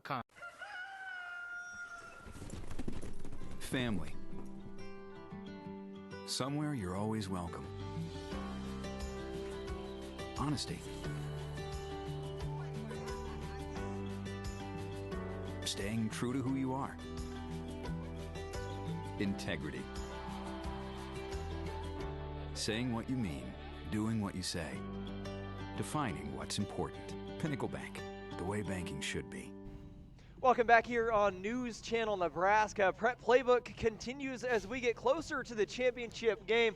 I'm joined here by Nate Newhouse from NSAA, and we're going to be talking about this thing right here, and you have 6 more of these things. Championship season's here. You have 7 games in 5 days. Talk about how busy this time is for NSAA. It is a busy time, but it's an exciting time of year. This is what we do it for, and we get to wrap it up. It's a culmination of a great 14 weeks, and there's only 14 teams playing, but it was a good season for everybody, and it's exciting. Now you mentioned only 14 teams playing, but people from all communities getting involved. I saw a crazy stat that there's just refs from all over the state that are going to be doing all these games. Absolutely, and throughout the playoff process, we used about 115 crews. And then as we narrow it down here, and these guys are excited to get a final, but our crews and our officials do a great job throughout the year. So this is as big a deal as for them as it is for the teams playing tonight. It's going to be 35 different refs from 20 different communities doing these state title games. So people can't even, they're going to have to blame all these different people and communities when they want to yell at the ref. That's going to be hard for them. Now I want to talk to you, these teams, obviously it means a lot to them to win state, but can you just from a general standpoint, what do these sports and activities mean to these young Nebraska students? Well, and you notice that one of the things we do talk about is athletics is the other half of education. And it is important to be a part of all activities, and not just sports activities, but play production and speech and those type of things. And this is where kids learn a lot of life lessons, so it's nice when they get to culminate in a championship. And so what does it mean? Some of these student athletes are, I mean, they're running track, they're playing football and basketball, a lot of the girls playing volleyball and basketball. What is it, why is it important for them to do all these different activities, keep them busy, keeping them doing a variety of things? I don't know that anybody really knows what they really like or what they're good at just yet. And it's important to try a lot of different things when you're young and have those opportunities. So it is fun to see kids participate in not only the athletic events, but the activities as well. They all talk about what a great experience it is. If you've ever been to play production in Norfolk, it's fantastic. It's a great time. And speech here in Lincoln or in Kearney, these type of activities are a lot of fun.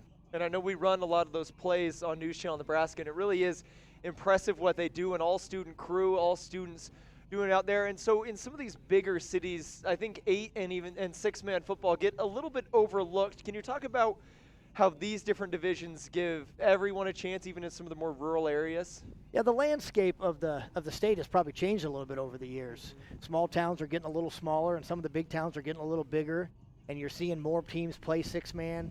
You see the 8-man teams grow a little bit in numbers, and it's a great game, and it gives everybody an opportunity to showcase their community.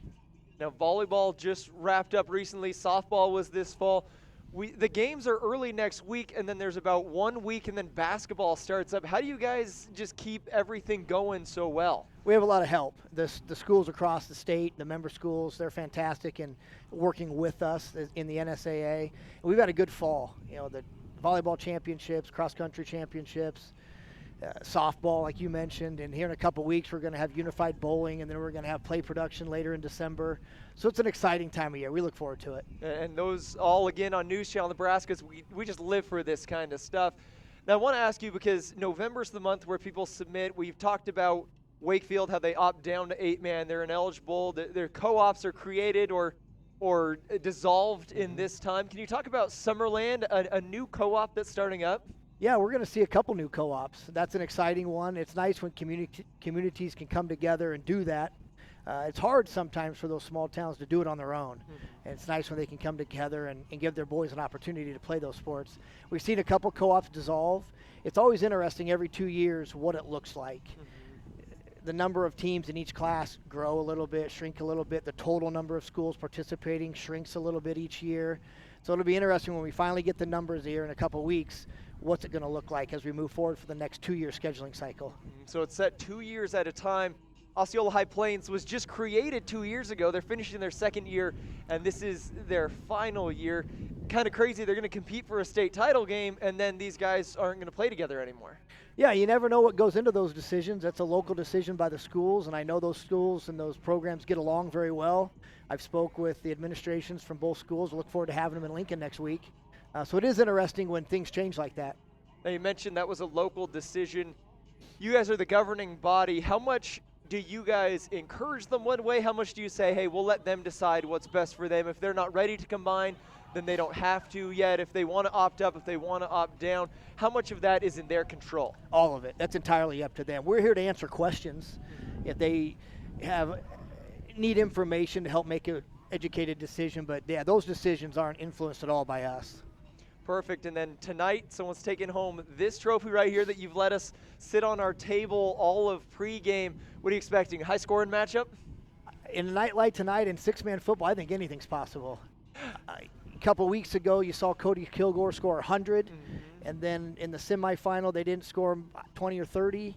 You've seen some low-scoring affairs, so like you said, it's a fun game to watch. Hopefully everybody's tuning in and getting an opportunity to see this. Awesome. Well, if you haven't watched six-man football, no worries. We're going to break it all down for you. We'll show you the rules. Thank you for sitting here and talking to us. We're getting closer to game time. I'm excited. We're going to take a break here on NCN.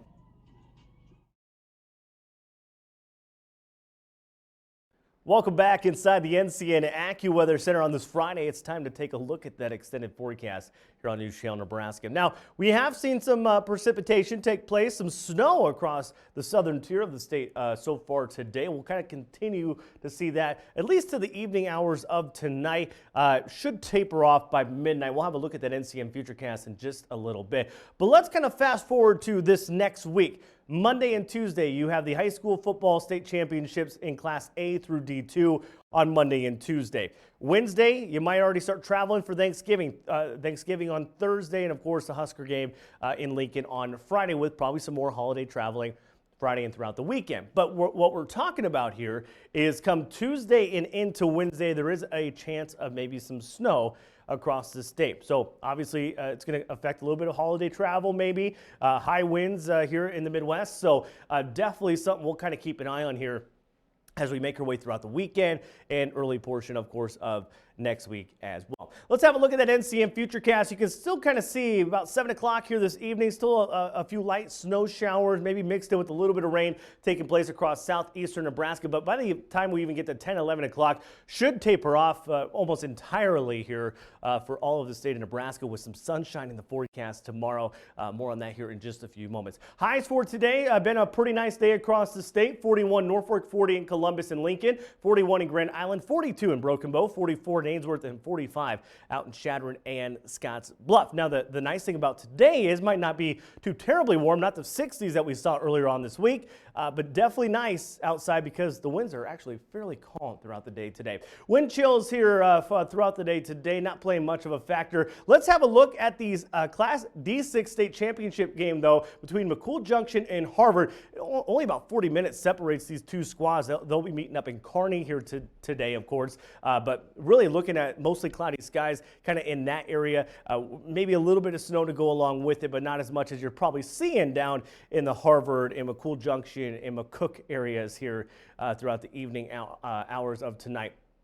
So shouldn't really play much of a factor throughout the game. Lows for tonight, though, it's going to be cold. So if you're heading out to that game here in Kearney tonight, definitely dress warm. 22 Norfolk, 23 Columbus, 24 in Grand Island, 25 in Beatrice, 22 Broken Bow, and 22 in McCook with that low tonight. Wind chills tonight will drop down to the teens for majority of the state. And then conditions for tomorrow, or tonight, excuse me, fairly clear skies. But tomorrow setting up for plenty of sunshine. We got 50s on the board pretty much statewide. statewide, even a few upper 50s in the southwestern corner of the state. Wind chills tomorrow will be a little bit windy. We'll see those winds gust around 25 miles per hour, but again, plenty of sunshine to go across the state here for tomorrow. Family. Somewhere you're always welcome. Honesty. Staying true to who you are. Integrity. Saying what you mean, doing what you say. Defining what's important. Pinnacle Bank, the way banking should be. Elkhorn Agency Insurance believes you should protect your future. Because we are independent, we offer policies from a wide array of carriers, giving you more choices and flexibility when it comes to your insurance needs. To see if we can save you money, we invite you to stop in or call for a free, no-pressure quote. At Elkhorn Valley Bank's West Branch, contact David Dries, South Branch, Dana Bargstead, and at the main branch, Alan Louthen. I'm joined here by our rules expert, Eric McKay. He's going to help us with some of the things that are a little different with six-man football. And right off the bat, they're playing in UNK Stadium, but they won't be using UNK's official painted field. No. You're going to see some tape on the field. So the first thing you'll notice, and I want to send a shout out to our production crew who set up our six-man football teams here made entirely of rubber ducks. So you'll be seeing the rubber duckies representing our six-man football teams. The first thing you'll notice about a six-man football team is it's smaller. If you watch eight-man football, it's the exact same field. 40 yards wide, 80 yards long. The 40 is midfield. Now, another thing you'll notice, this is our offense, by the way, the different colors. So these are your linemen. These duckies are your ends. This ducky is your running back. And then this green ducky represents your quarterback. So the first thing you'll notice when the offense takes the field is they're not facing a first down and 10 because there's so much more space on the field. 10 yards is easier to get. So what they do is they set up a 1st and 15. So you have 4 downs to get 15 yards. Those are the two main differences you'll see right out the gate. The other one is that the things that offensive players can do, very different. This is, if you're a quarterback, if you're the green ducky here, the quarterback bootleg is essentially illegal in six-man football. He can't just take the snap and take off. Every handoff play, anyone who receives the ball from the line of scrimmage cannot cross the line of scrimmage unless the ball exchanges hands twice. Now, the snap of the football counts as one. Then you can hand it off to the blue running back ducky and he can take off, or you can do like a direct snap and maybe a pitch to the quarterback who could then throw it. But no one can cross the line of scrimmage until the ball exchanges hands twice. And again, it's because of the spacing of the field. These defenders, it's hard if someone could just get right underneath the center and then there they go, you know. So maybe it's not uncommon to see the ball snap to maybe who would be called the running back, then they toss it to the best pass thrower on the team. Right, and the interesting thing is that quarterbacks are used very differently. And now in this game, you'll see quarterbacks that do run the football very well, but it is not rare to see a quarterback who's maybe a little bit bigger, maybe not the fastest runner, but has a great arm. Whoever has the best arm, you're the quarterback right away, because more often than not, you're going with the forward pass, and you don't necessarily want a quarterback who's going to be the fastest guy on the team because you can't use him in that regard.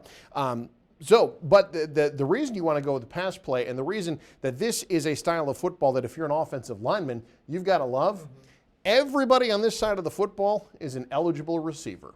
Everybody. As soon as this duck here snaps the ball to the quarterback, he can take off and catch the football. This guy, all of them can fan out, which really makes things tough on the defense. What do? It's essentially, you could get a bubble screen on every play. So the defender, you can sell out like this, and the defenders can decide they've got a free shot at the quarterback, but do they want to let this defense get behind them? And then you've got one-on-one out here, and who knows, you've got the extra running back that you could hit in the flat, something like that.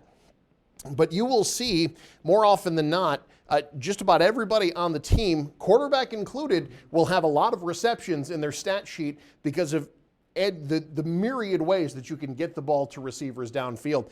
anyone on the field is an eligible receiver in six-man football. So I'm a defensive guy, and as a Right. defensive guy, I'm sweating over here. I mean, Sure. this seems impossible. Is this the type of game that if you just love high-scoring, high-fire offenses, then you would like six-man football? Absolutely. A good defender in six-man football, honestly, if I'm a college coach, I want to recruit them because A, they can tackle in the open field, you know that, because it's all open field, right? And B, like you said, it's a lot of offense. So this offense here, let's say we snap it to the quarterback, we get everybody downfield here a little bit, and because it's six-man football, they've scored a touchdown. All right. So this is where things get very different. Normally what will happen is you'll see a team line up. They'll have the holder here and the kicker here, and he'll kick the extra point, and they'll get how many points? Usually that would be an extra point. They'll get the extra point. That's 1 point. But in six-man football, it's flipped on its ear. The reason for that is because it's pretty easy to get all of these guys in there and maybe disrupt a kick, right? You've got 6 on 4, essentially. So if you kick the extra point and are successful, that's worth 2 points. Okay. Now, conversely, let's say we want to go for what would be considered the 2-point conversion. In six-man football, that's really easy, right? There isn't a whole lot of space for you to go. 2 yards is easy to get in six-man football, so that extra point is only worth 1 point. It's flipped around. So when you kick it, it's worth 2 points, and when you go for 2, essentially, or snap the football, that's worth only 1 point. So late in the game, you're telling me close game, you know, maybe the offensive Ducks drive down, they just scored, so they're down 1. They could be kicking for the lead at the end there. Okay, and then there's also game-winning field goals, I imagine. Are those are standard 3 points still? Or Here's one thing to keep in mind. If your team is down 4 late in the game, you are not out of it. Again, remember, kicking is harder in six-man football. 4 guys have to block 6 guys. That's not a great ratio. So if you are able to, let's say our Duckies are lined up here, and let's say you got a 25-yard field goal in front of you. Snap the ball. They somehow are able to wedge in, block all 6 Duckies. Our Duck kicks it up right down Broadway, but they're down 4. They lose by 1, right? Yeah. No, they've just tied the game and sent it to overtime because field goals are also worth an extra point. Those are worth 4 points instead of 3 in six-man football. So six-man, it's different from 11-man, especially linemen. They're having a lot more fun. They're catching the football. They're doing that. And then kickers, you're appreciated. You're getting 4 points or 2 points rather than just 3 and 1. It can, no one respects It's kickers. so different because in 8-man you so rarely see kickers because it's easier to get a 2-point conversion and you don't have as many guys available, so it's hard to just find a guy that can kick extra points. In 6-man, you want to find that guy that can kick because it's worth more points to you. And both of these teams, McCool Junction and Harvard, have players that they will send out to kick those 2-point kicks after touchdowns. Now, Eric, I noticed there's one thing that you missed here, and that's you and Brandon up in the booth. So you guys are sitting right here calling the game this Friday, right? Is that what I'm gathering? Well, I don't know that I'll have a tiara on. I can't speak for Brandon, but yes, we'll be up in the booth calling all of the action, trying to keep all these rules straight. Now, you only have 2 Ducks. There actually should be 3. We also have the head coach of Heartland Lutheran going to be joining us in the booth as well to provide the expert analysis that we will so desperately need. I didn't have the heart to put a tiara on him. I don't know him well enough, but you and Brandon, I know you guys. True. I felt like I could do it. Well, thank you for breaking it down for us there, Eric, and we're excited to watch the game. And don't mix it up like, they go for 2 when they kick it. It's so easy to say, and you have to figure out the terminology of when they're, rarely will you see someone go for the 1 point. They'll just send someone out to kick the extra points in that case. But yeah, if they do go for 2 in that circumstance, which if it's a tie game late, if the touchdown makes it a tie, and it's late in the game, you'll probably see them just line up and go for that 1 point, knowing that it's a much surer shot as opposed to what could go wrong on the kick. There's one last thing that I feel like I skipped over is it's only 6 guys, a lot of them playing both ways. 15-minute quarters, that'd be exhausting. I think normal high school is 12, but it's even less for 6-man? That's a very good point. Yes, 10-minute quarters in 6-man for the very reason you mentioned. These are the smallest rosters in the state of Nebraska, guys that are playing both ways on a wide open field. I mean, it resembles soccer, honestly, with all the spacing that's out there. It's very, very easy to get worn down. And you're right, a 12-minute quarter might be asking a little bit much of these Duckies to go that long. So 10-minute quarters, a little bit different feel, a little bit different scoring, but plenty of offense, plenty of action. We're excited to catch the game. Going to be a lot of fun. Southeast Community College is your path to possible, with nearly 60 programs to choose from, including transfer on 3 different campuses. Find your perfect fit Whether it's horticulture and turfgrass management, motorcycle, ATV and personal watercraft, or surgical technology, we have a hands-on program that's right for you at a fraction of the cost of many other schools. Visit us today at Southeast Community College, your path to possible. Here comes that song again. Down all around the old town, eat at the Uptown Cafe. Uptown, shoo-doo-doo-doo. Uptown, shoo-doo-doo-doo. Uptown, shoo-doo-doo-doo. Do-do-do-do-do-do-wah. Uptown, downtown, all around the old town, eat at the Uptown.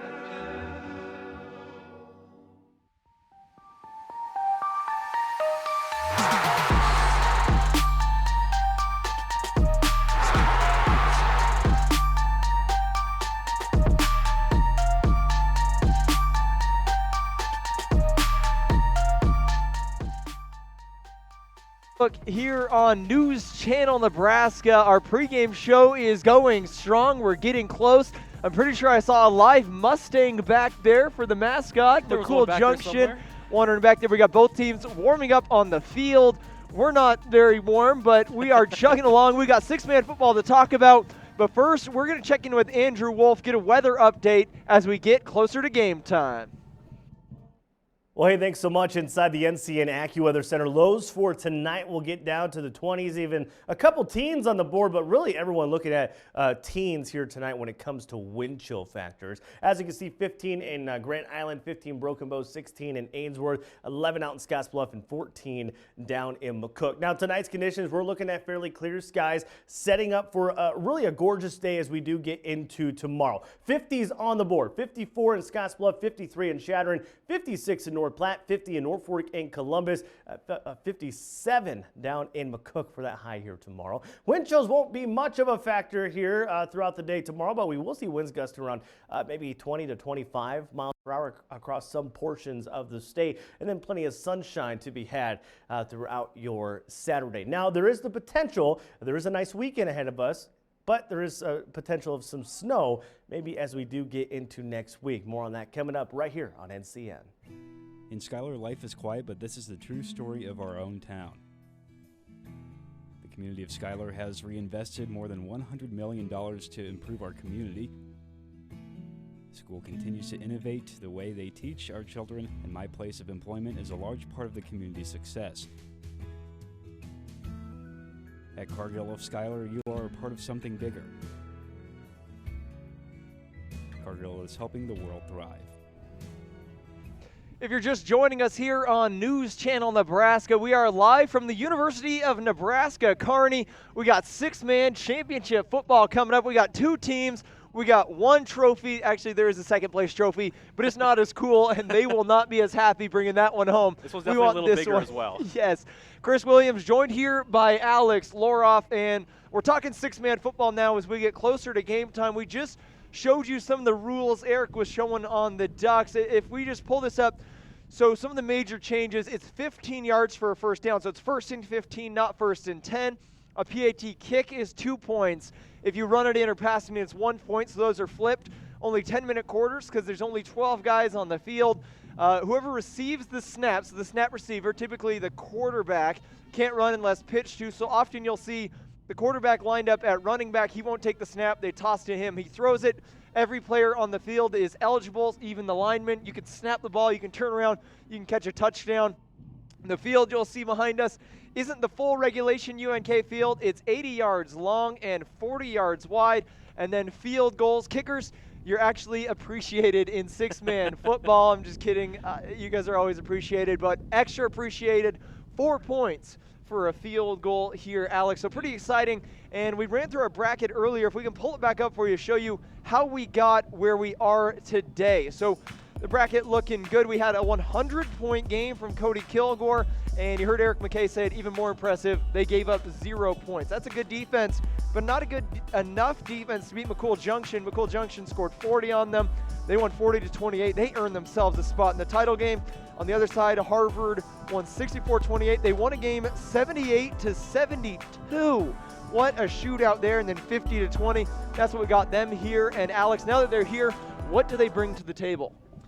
I think that what Harvard brings to the table is just a very strong offense as far as the way they like to spread the ball around. They run a spread offense. They have a couple of different wide receivers as well as a slot wide receiver. And the man who kind of runs the ball as well for Harvard, they run a lot of combo routes, a lot of slip routes, and they make it up as they go, honestly, is what head coach Scott Trimble told us earlier this week. Harvard runs a lot of kind of improvisational style offensive looks, and they will just kind of look to keep McCool Junction on their heels as the game continues, try and keep the Mustangs off guard, try and keep the Mustangs guessing as far as who exactly is going to run the ball on any given time. You're not going to see a lot of passing from Harvard. Really not going to see a lot of passing from both of these teams, maybe every now and again, but it's going to be a lot of running early and running often, like we talked about in kind of detail with the rules of six-man football and kind of what the style of play is. So that's sort of what Harvard kind of likes to do, is they will do a lot of trick plays, a lot of moving the ball around to a lot of different receivers, and it's going to be a very exciting style of offense for the Cardinals here tonight to try and take on a very strong Mustang team. Now, you mentioned the playing style, and we've seen the Ducks on the table. That doesn't quite paint the picture. You have experience. You've called six-man football. And in fact, you called some of the best six-man athletes in the state and in the region. Can you kind of talk about what you did last June and then give us, an idea of how that game plays into today? Yeah, this past June, this past year, I had the opportunity to go out to Chadron, and specifically to Chadron State College. Beautiful facilities they have out there in Chadron. And we had an opportunity to broadcast the six-man all-star game, the six-man all-star shootout it is called, between the best of the best in Nebraska and the best of the best in Wyoming, as the two all-star teams went head-to-head. It used to be alternating sites between, there was a site in Nebraska they would play, then they would go to Wyoming the next year. Now its permanent home is Chadron State College, and we had the pleasure to drive all the way out to Chadron this past June to call this six-man shootout. And it was an incredible game. Chris really lived up to that moniker of being a shootout. It came down to a game-winning touchdown. We'll show you now the highlights of that game from this past June between the best of Nebraska and the best of Wyoming to give you a taste of what six-man is all about. Go.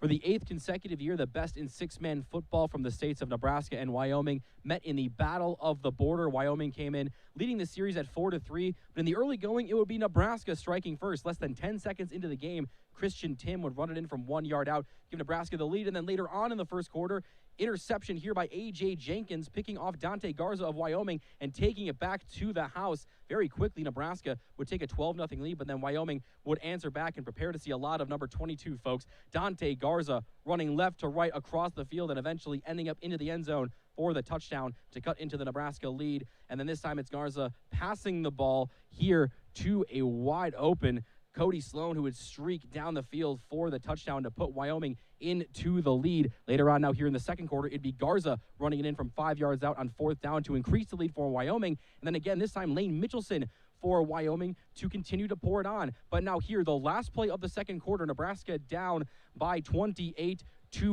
but A.J. Jenkins would run that one in to close out the half to put Nebraska back into the swing of things, but then Wyoming would continue to pour it on offensively until the fourth quarter. Nebraska would start to build their comeback. This would be Matthew Bloom with the catch and run to cut into the Wyoming lead. Later on in the fourth quarter, A.J. Jenkins punches that one in to cut the deficit to 40-36. But then Wyoming would answer back. Lane Mitchelson again around the left side would take it to the house to get Wyoming back up 46-36. But then Nebraska would answer back yet again. This time, once more, Christian Tim fights it in to cut the lead 46-42. Then Nebraska would take their first lead since early in the second quarter with this Trent Reed punch-in. Last play of the game, 5 seconds left, Wyoming down, and it would be Lane Mitchelson, the Hail Mary to Dante Garza, getting into the end zone for the score, and Wyoming, in the most thrilling of fashions, would take the win 52-50 over Nebraska.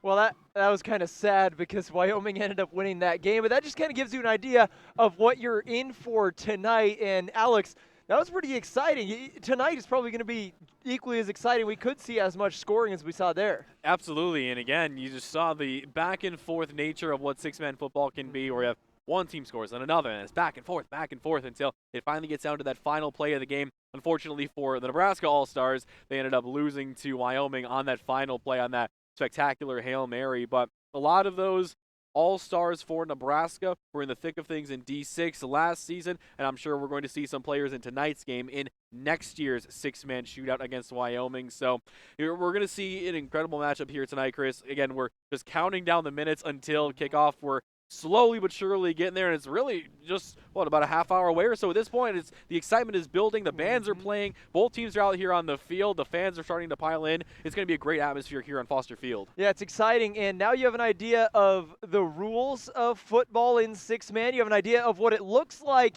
in six-man football, but there is still one question remaining.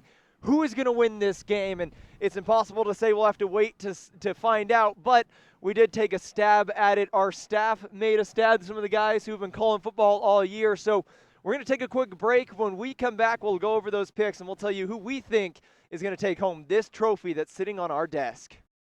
One of the things I like about working for Valmont is, for one, the benefits. Benefits are great. Pay's pretty good. It was brought up in a meeting of just how many different places have Valmont, and it's not just in the United States, it's all over the world, which really kind of opened my eyes a little bit, and I'm proud to work for Valmont.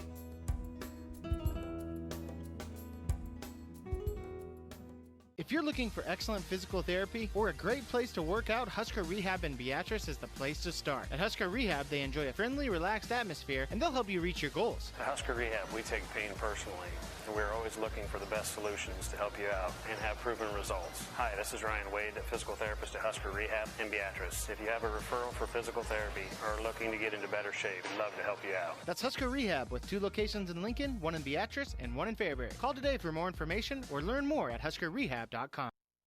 Here at Sunny Meadow Medical Clinic, we want to provide you with the health care you deserve. With our 8 providers and hours that fit your schedule, we're here to help you feel better. We can be your clinic whether you need help managing a chronic illness or your child has an earache on a Saturday morning. From a school physical to getting a physical for your CDL, we can do it all. So come see us at Sunny Meadow Medical Clinic on North 37th Street in Norfolk. Get in, get out, feel better. Got a tough job to tackle? New Holland has a full line of tractors to make sure you're ready to meet any challenge. From compact tractors and attachments to tractors ready to work on the farm, New Holland has the products and know-how to make sure you get the job done right the first time. With over 100 years of experience providing tractors for the home, farm, and everything in between, we have the solution to meet your demands. New Holland, equipped for a new world. Visit CanEquip in Syracuse and Marysville, your New Holland dealer. Well, it's a scene of football here tonight. You can see over my shoulder, both teams out on the field. They're ready to go. They're ready to compete. The trophy they're hoping to take home is with us for right now, but in about 20 minutes, it'll be in neutral territory. In about a few hours here, it'll be heading back to one of these 2 communities. Now, pretty exciting matchup going on. We've laid it down. McCool Junction, Harvard, both going for their first title. It's not like a Scott situation where one's dominated. In fact, McCool Junction is new to this whole 6-man football thing. Yep. Do you find that this one is a hard one to pick? I think it is, Chris. I think when you look at these 2 teams and just how recent both have been in 6-man football, Harvard a couple of years ago did advance to the D6 state title game, but were not able to win a state title, and this is just their 4th year as a 6-man program. McCool Junction, we've talked about it, their 2nd year as a 6-man program. So both of these teams still fairly new, still trying to kind of find their way through this new style of football, this new style of play. So I think it's a pretty even matchup. It's almost a toss-up when you look at these 2 teams on paper, and I'm curious to see what the rest of our staff has because it was really tough for me to kind of fully lock in what my pick was going to be tonight. Yeah, now it's a great setup here at UNK hosting this game. Brandon and Eric are up in the press box, a beautiful press box here, getting ready to call the game. We didn't think it'd be right to have them make their picks and then call the game, so they abstained from voting, but we still heard from Andrew Wolf, Tommy Rezach, and of course we'll hear from Alex and from you guys. So without further ado, let's check out the picks.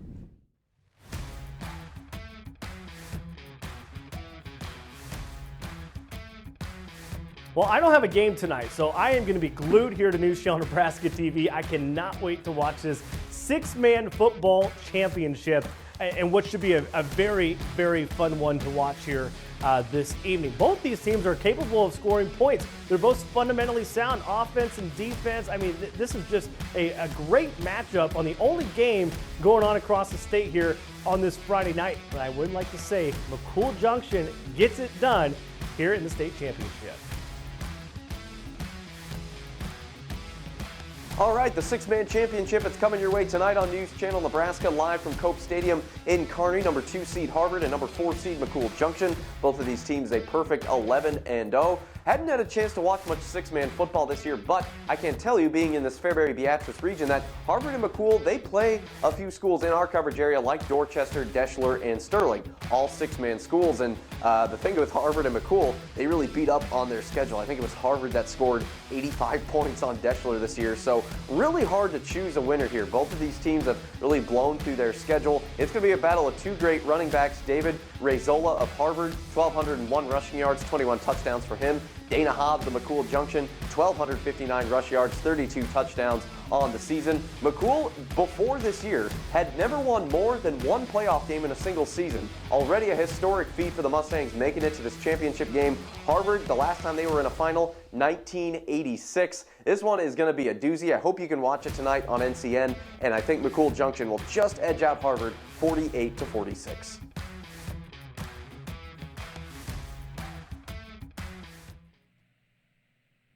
Them are taking the Mustangs. 2 picks for the Stangs there, and you mentioned, look, this one's a hard one for Alex to pick, but that doesn't matter. We're going to make you pick anyway. Make your case. Who you got? Why do you have them?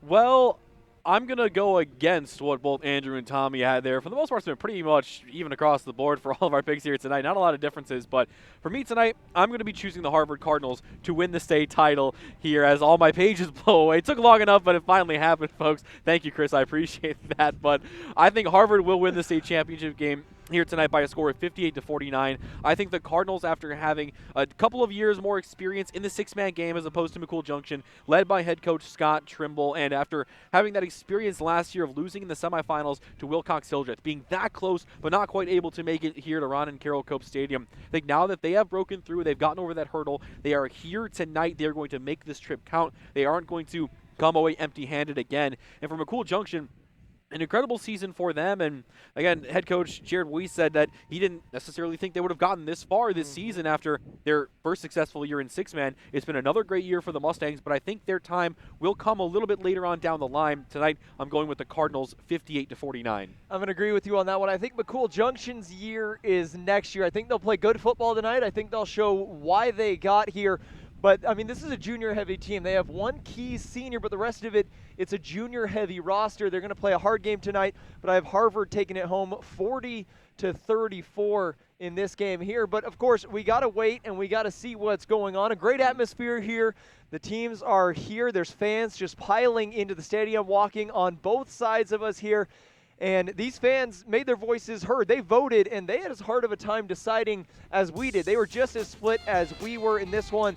55% people agree with me and Alex. They took Harvard. 45% take McCool Junction. And I think it's interesting to note McCool Junction, they're that team in the second year that made the run to the championship. Harvard was that team in their second year, made a run to the championship 2 years ago. I think Harvard's experienced. They're not the new kid on the block anymore. I think this is Harvard's game to lose. And I think that these kids are hungry. This team for Harvard is just hungry to get out on the field here tonight. They've gone through the grueling D6 season as well as the six-man playoffs. They finally were able to get here to Foster Field as we see the Mustangs run off the field here to our right side. The Mustangs also fired up, but I think here tonight, Harvard just has that slight advantage over McCool Junction. But honestly, at the end of the night, it is a toss-up. We've made our picks because that's just what we've been doing all night long is making our picks. But it really could go either way, and that's what's so beautiful about this game here tonight, that it's anyone's ball game, and we're going to bring you every second of the action here tonight on NCN. Now, somewhere McCool Junction does have the upper hand is those jerseys. Did you see that black and gold out there? Very nice jerseys out there. I'm a big fan of McCool Junction's jerseys. I know our own Eric McKay, he talked about jerseys a little bit on. He's a big jersey guy himself, and I really like the scheme of McCool Junction. We're getting closer to game time here on News Channel Nebraska. Of course, the game will be live here on News Channel Nebraska pretty soon here. This field behind us today. During our broadcast, we've seen UNK as they prepare for their bowl game. We've seen the teams warming up, and pretty soon here on that field, we're going to see a championship game being played. We're going to take a quick break here on News Channel Nebraska. When we come back, we'll get you all set for D6 state title.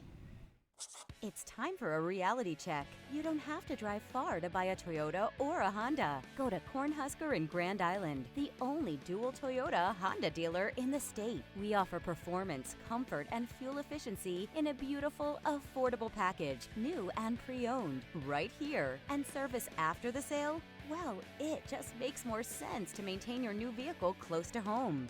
That's the reality at Cornhusker Toyota Honda, Grand Island. Jefferson Community Health and Life provides high-quality health and wellness services to Jefferson County and beyond. Our commitment to you is to provide exceptional family care to inspire a lifetime of health. We now offer family medicine services at 2 convenient locations in Fairbury and Plymouth to keep your family healthy for life. We are proud to welcome Dr. Brett Wergen, a native Nebraskan, to our team of 7 family medicine providers who all focus on developing long-term positive relationships with patients. Jefferson Community Health and Life. It's a classic symbol of rural America, a factory frozen in time to teach visitors about hard work, innovation, and industrial history. One step inside and you are transported back to a time when windmills were lifelines for farmers and their loved ones. For many of them, the Kragels became a household name. Step back in time with the Kragel Windmill Factory Museum in historic Nebraska City and experience what made America great. Well, welcome back inside the NCN AccuWeather Center. We're going to fast forward to tomorrow. Tomorrow's shaping up to be a very nice day across the state, warmer than what we're seeing here today as we are looking at a lot of 50s on the board. Still a few 40s, 48 Omaha, Nebraska City, 50 Norfolk and Columbus, 54 there in Broken Bow and Kearney, 57 in McCook, 54 in Scottsbluff, and 53 in Shattered, the highs tomorrow. Wind chills tomorrow will keep us in the 40s and 50s yet, but plenty of sunshine expected as well. Let's have a quick look at your 7-day forecast, though, across the state of Nebraska. As you can see, as we get into the latter half of the weekend and into early next week, 57 for a high Sunday, 43 for a high Monday in northwest Nebraska. But again, could see maybe a little bit of snow as we get into Tuesday and Wednesday of this next week. So just keep that in mind.